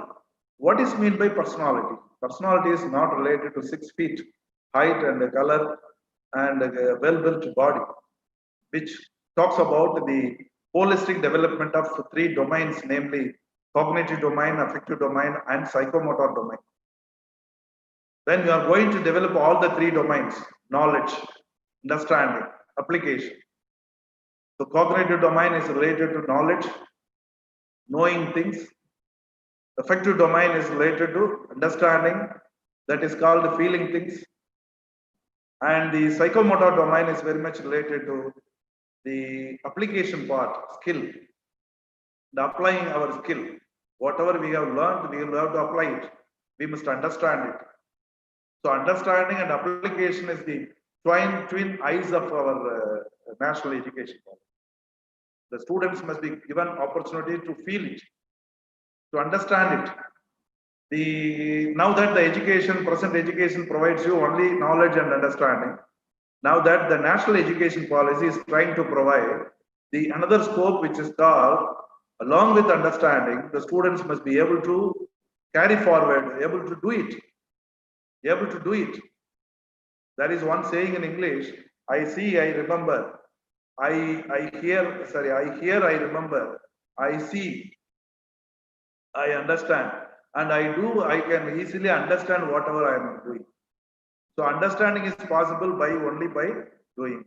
So this national education policy provides you to develop one's personality, the personality which includes a holistic development of hand, heart, and head, which talks about cognitive domain, affective domain, and psychomotor, social, ethical, academical, spiritual, emotional quotients. And all the important ingredients are combined together, and the final recipe is ready for us. It is up to us to consume it or reject it. If you want to consume it, definitely you will grow with all sorts of vitamins and minerals. If you don't want to eat, then you will have to lose your energy and immunity. So these are the 4 pillars of the education system. The students must be developed not only in cognitive skills, but also in social skills and emotional skills. We need to develop our students with critical thinking. We need to develop our students to solve the problems. And a math teacher must do one thing in the class. The teacher should not always solve the problems on the blackboard. The teacher must make the students to solve the problem. So therefore, we must make the students to understand, and we must make the students to have a critical thinking. Then finally, we must give the problem, and students must be able to solve the solution. Solve the problem with some kind of solution. So the cognitive skills are imported in this national education policy, the critical thinking and problem solving skills, and the social skills and emotional skills are soft skills, cultural awareness, and students must have 2 important character quality, that is called sympathy and empathy. What do you mean by sympathy? Sympathy and empathy. Sympathy, irakam, empathy, our nilayil nindru paarkkum. There is a little difference in ego and love. Love always wanted to say sorry, and ego always wanted to hear sorry. There is a little difference. Love always wanted to say sorry. மன்னிப்பு கேட்பதற்கு விரும்புவன் அன்பானவன். மன்னிப்பை பிறர் கேட்க வேண்டும், நாம் அதை காதில் கேட்க வேண்டும் என்று விரும்புபவர்கள் அன்பானவர்கள் கிடையாது. அவங்க சொசைட்டிக்கு தேவை. அது ego. Education, national education policy will differentiate two things: love and ego. Love is essential. Ego is not at all important. We will have to eliminate ego from our education, and we must make the people to be a lovable people and respectable people. So these social skills and emotional skills are very, very important. Soft skills is very, very important. Cultural awareness, empathy, perseverance, great teamwork, and leadership qualities also. So this education policy will give you a good communicative. Now that almost all colleges are following communicative English, importing vocational English, the communication was given much importance, language was given much importance, and we need to study 3 languages, and all the 3 languages are according to the choice of the student, and students can choose the subject, students can choose the teacher, students can choose the institution, and students are given more number of opportunities. And this national education policy provides you a student-centric, not a teacher-centric, because the stakeholders is more important than the teachers. Of course, teachers only running the show. They are very, very important, something like important organs in our body. But the important thing is what to talk is different. How to talk, where to talk, when to talk. But the teacher must understand for whom we are talking is very, very important. For whom we are talking is very, very important. So the leadership skill should have 3 things: clarity in thoughts, clarity in speech, and clarity in action. Power of comprehension, power of communication, and power of intervention are the 3 important characters of a leader. Now, clarity in thoughts. A leader should have a clarity in thoughts. Clarity in speech. Whatever he feels in his mind and heart, he has to encode it. The same way, the audience and the participants also is expected to decode it. Clarity in thoughts, clarity in speech, putting our message with appropriate words. Clarity in action. Whatever we have learned, we will have to go according to the learning. படித்தவர் மாதிரி நடக்கணும் அப்படின்னா படித்ததை செயல்படுத்தணும். அதுதான் ரொம்ப ரொம்ப power of comprehension, understanding, mental capacity, enriching our talent, enriching our knowledge, enriching our wisdom, enriching our information, and we have to enlighten our knowledge and wisdom. The power of comprehension, power of communication. Your communication should be an effective communication. The purpose of teaching is to reaching. Teach to reach. Now teach pandranjanamna, I must reach you. Otherwise, there is no meaning in conducting this kind of seminar. I must try my level best to reach, and I must impart something in the minds of you about national education policy. I discussed about the history of national education policy. I discussed about the pattern of education policy, 5+3+3+4. And previously it was 5+3+2+2. Now that there is an integrated system, ICT enabled system, interdisciplinary system, multidisciplinary system. These are the ingredients which added in the national education policy, which gives you a lot of scope, without forgetting about the tradition, culture, spiritual values, and values in education, value education, character-oriented education, man-making education, life-building education, national building education. And Swami Vivekananda has pointed out that the education is not the amount of information that we put into our brain and runs right there, undigested, all your life. But the purpose is something different. The purpose, the true education must provide you life building, man making, and character building, and ultimately nation building. This national education policy addresses to develop the nation ultimately. For the ultimate development of nation, we need to have life building, man making. Man is never born a man, but he grows to become a man. That character, that discipline, that love and affection, care and concern, these are all coming out of out from the education while you are a student. So therefore, the duty and responsibility of the teacher and the education institution is to make the students to understand what is life, what is the purpose of life. If you are going to lead your life, what will be the meaning of your life, and what we will have to give it back to the society. And these questions must be addressed in the national education policy. That is called life building, man making. You might have heard one of the important sayings in English: man is never born a man, but he grows to become a man. Vairamuthu அழகா சொல்லுவார், அடுத்த வீட்டில் தீப்பிடிக்க நினைப்பவன் மனிதனா, அந்த நேரம் ஓடி வந்து அணைப்பவன் மனிதனா. பிறருக்கா கண்ணீரும் பிறருக்கா செந்நீரும் சிந்தும் மனிதன் எவனோ அவனே மனிதன் மனிதன் மனிதன் முடிப்பார். Who is called மனிதன்? மனுஷன்னா யாரு? முத்துக்குமார் சொல்லுவார், பட்டை உரித்தால் தான் மரம், சட்டை உரித்தால் தான் பாம்பு, படித்தால் தான் மனிதன். மனுஷன் சொல்லணும்னா படிக்கணும், படிக்கலைன்னா மனிதனே கிடையாது. படிப்புக்கு அவ்வளவு பெரிய மதிப்பு. So character building. Money is lost, nothing is lost. Health is lost, something is lost. When you lost your character, you lost everything in your life. So this national education policy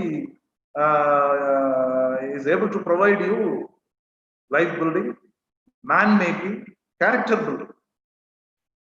When the person is a disciplined person, there will be no problem. When a politician is a disciplined politician, there will be no problem, because they are the lawmakers. And now that you can see that they are the lawbreakers. They only made the law and they only break the law.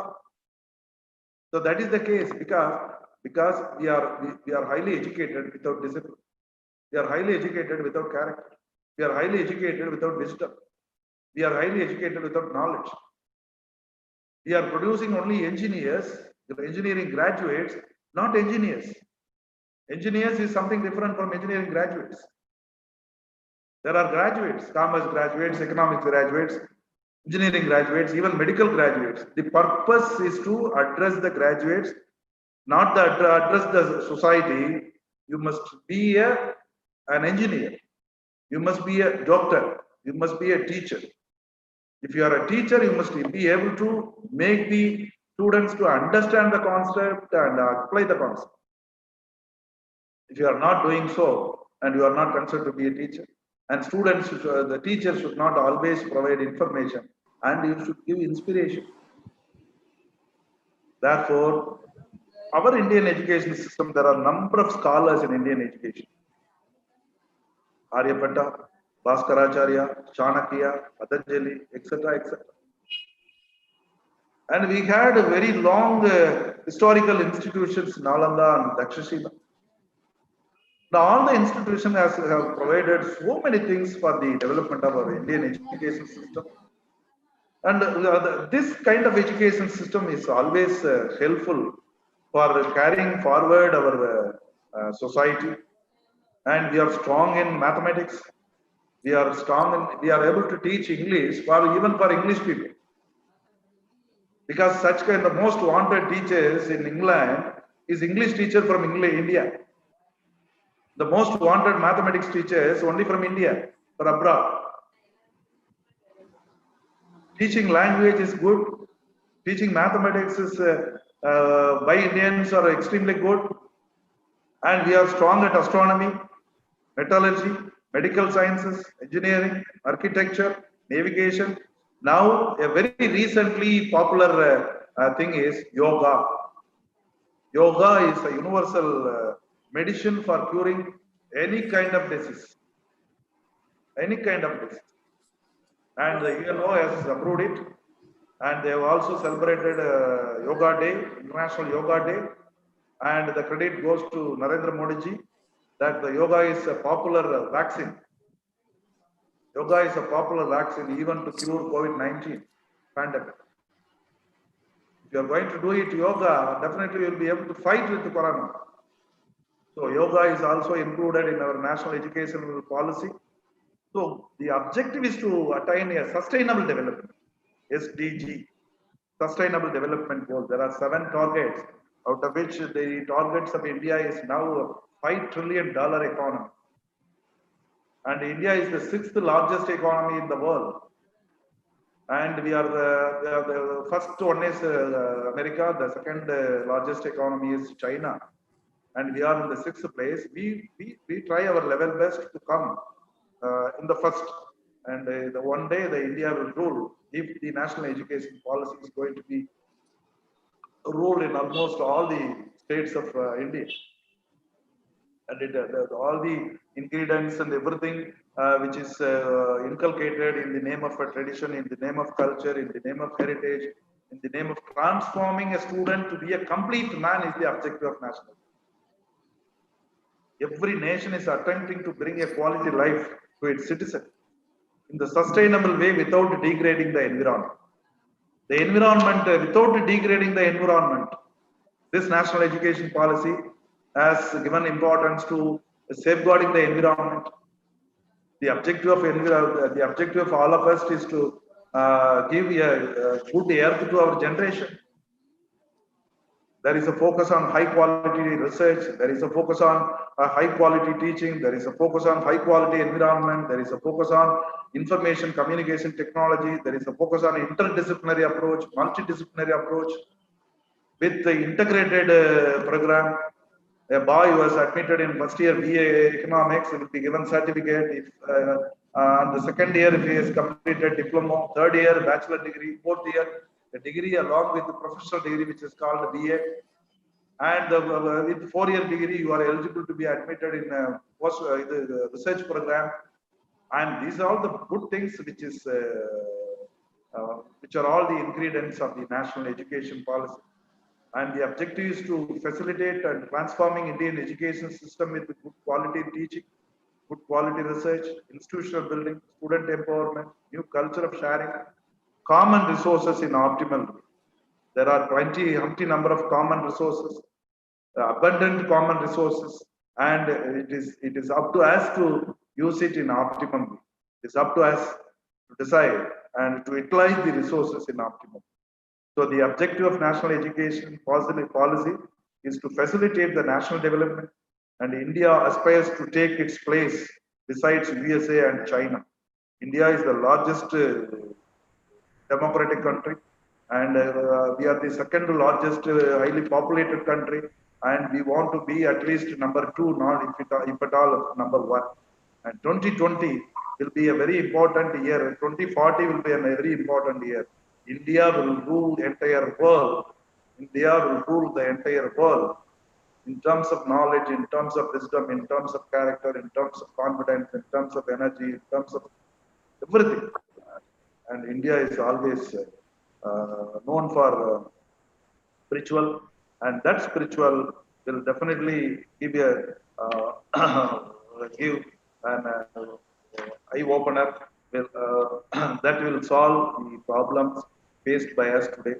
So national education policy, a policy consisting of not only knowledge, wisdom, but also with character and confidence and courage.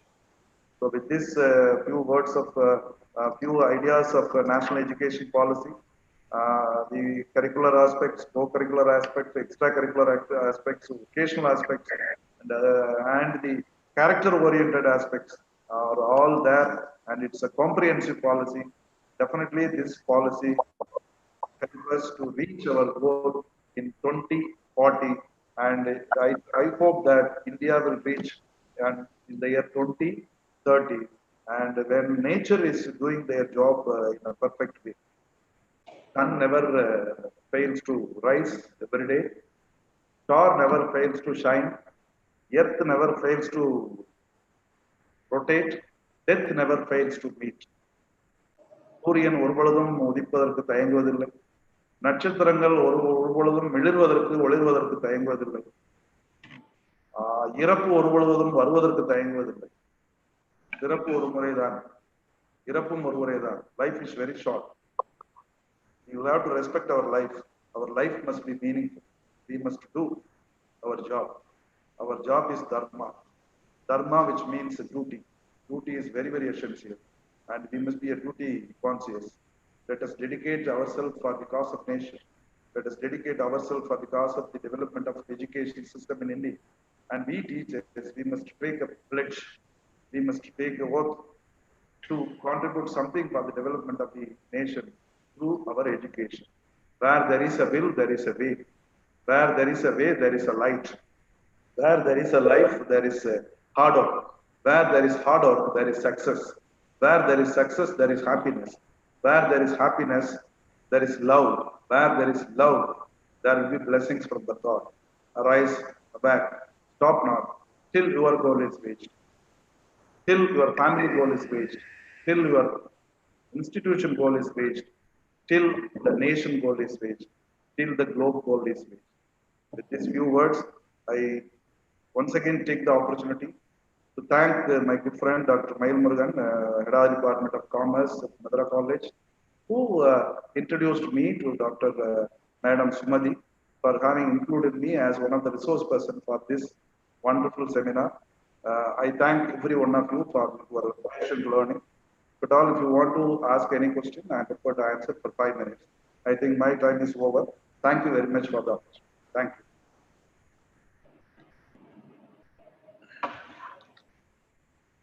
Thank you very much, sir, for your excellent and motivating, highly motivating lecture.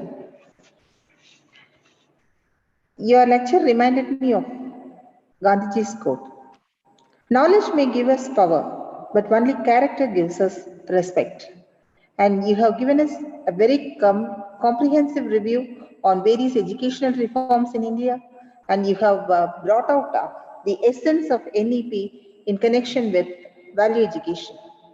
Value education, in my point of view, is always an integral part of Indian education.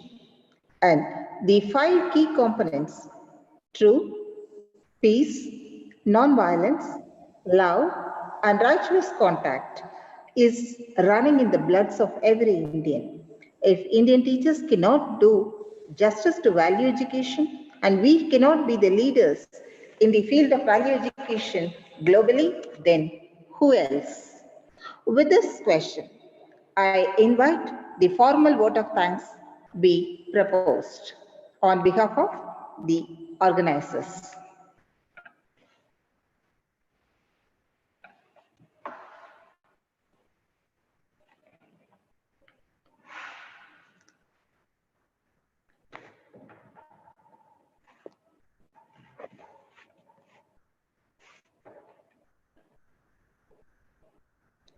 On behalf of the management, administration, and on behalf of the organizing committee, it gives me immense pleasure to propose vote of thanks.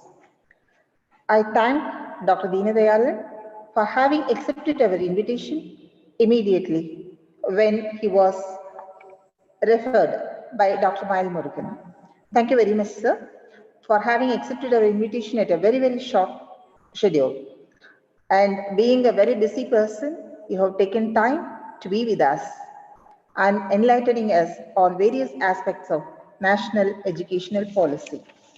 Sir, your 10 commandments were very impressive, and we will try to adhere to that. And as you wish, all of us will join hands to develop a nation which will have socially responsible citizens.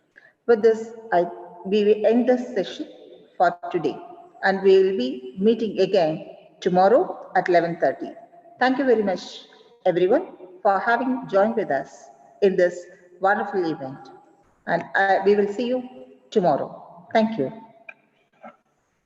Thank you.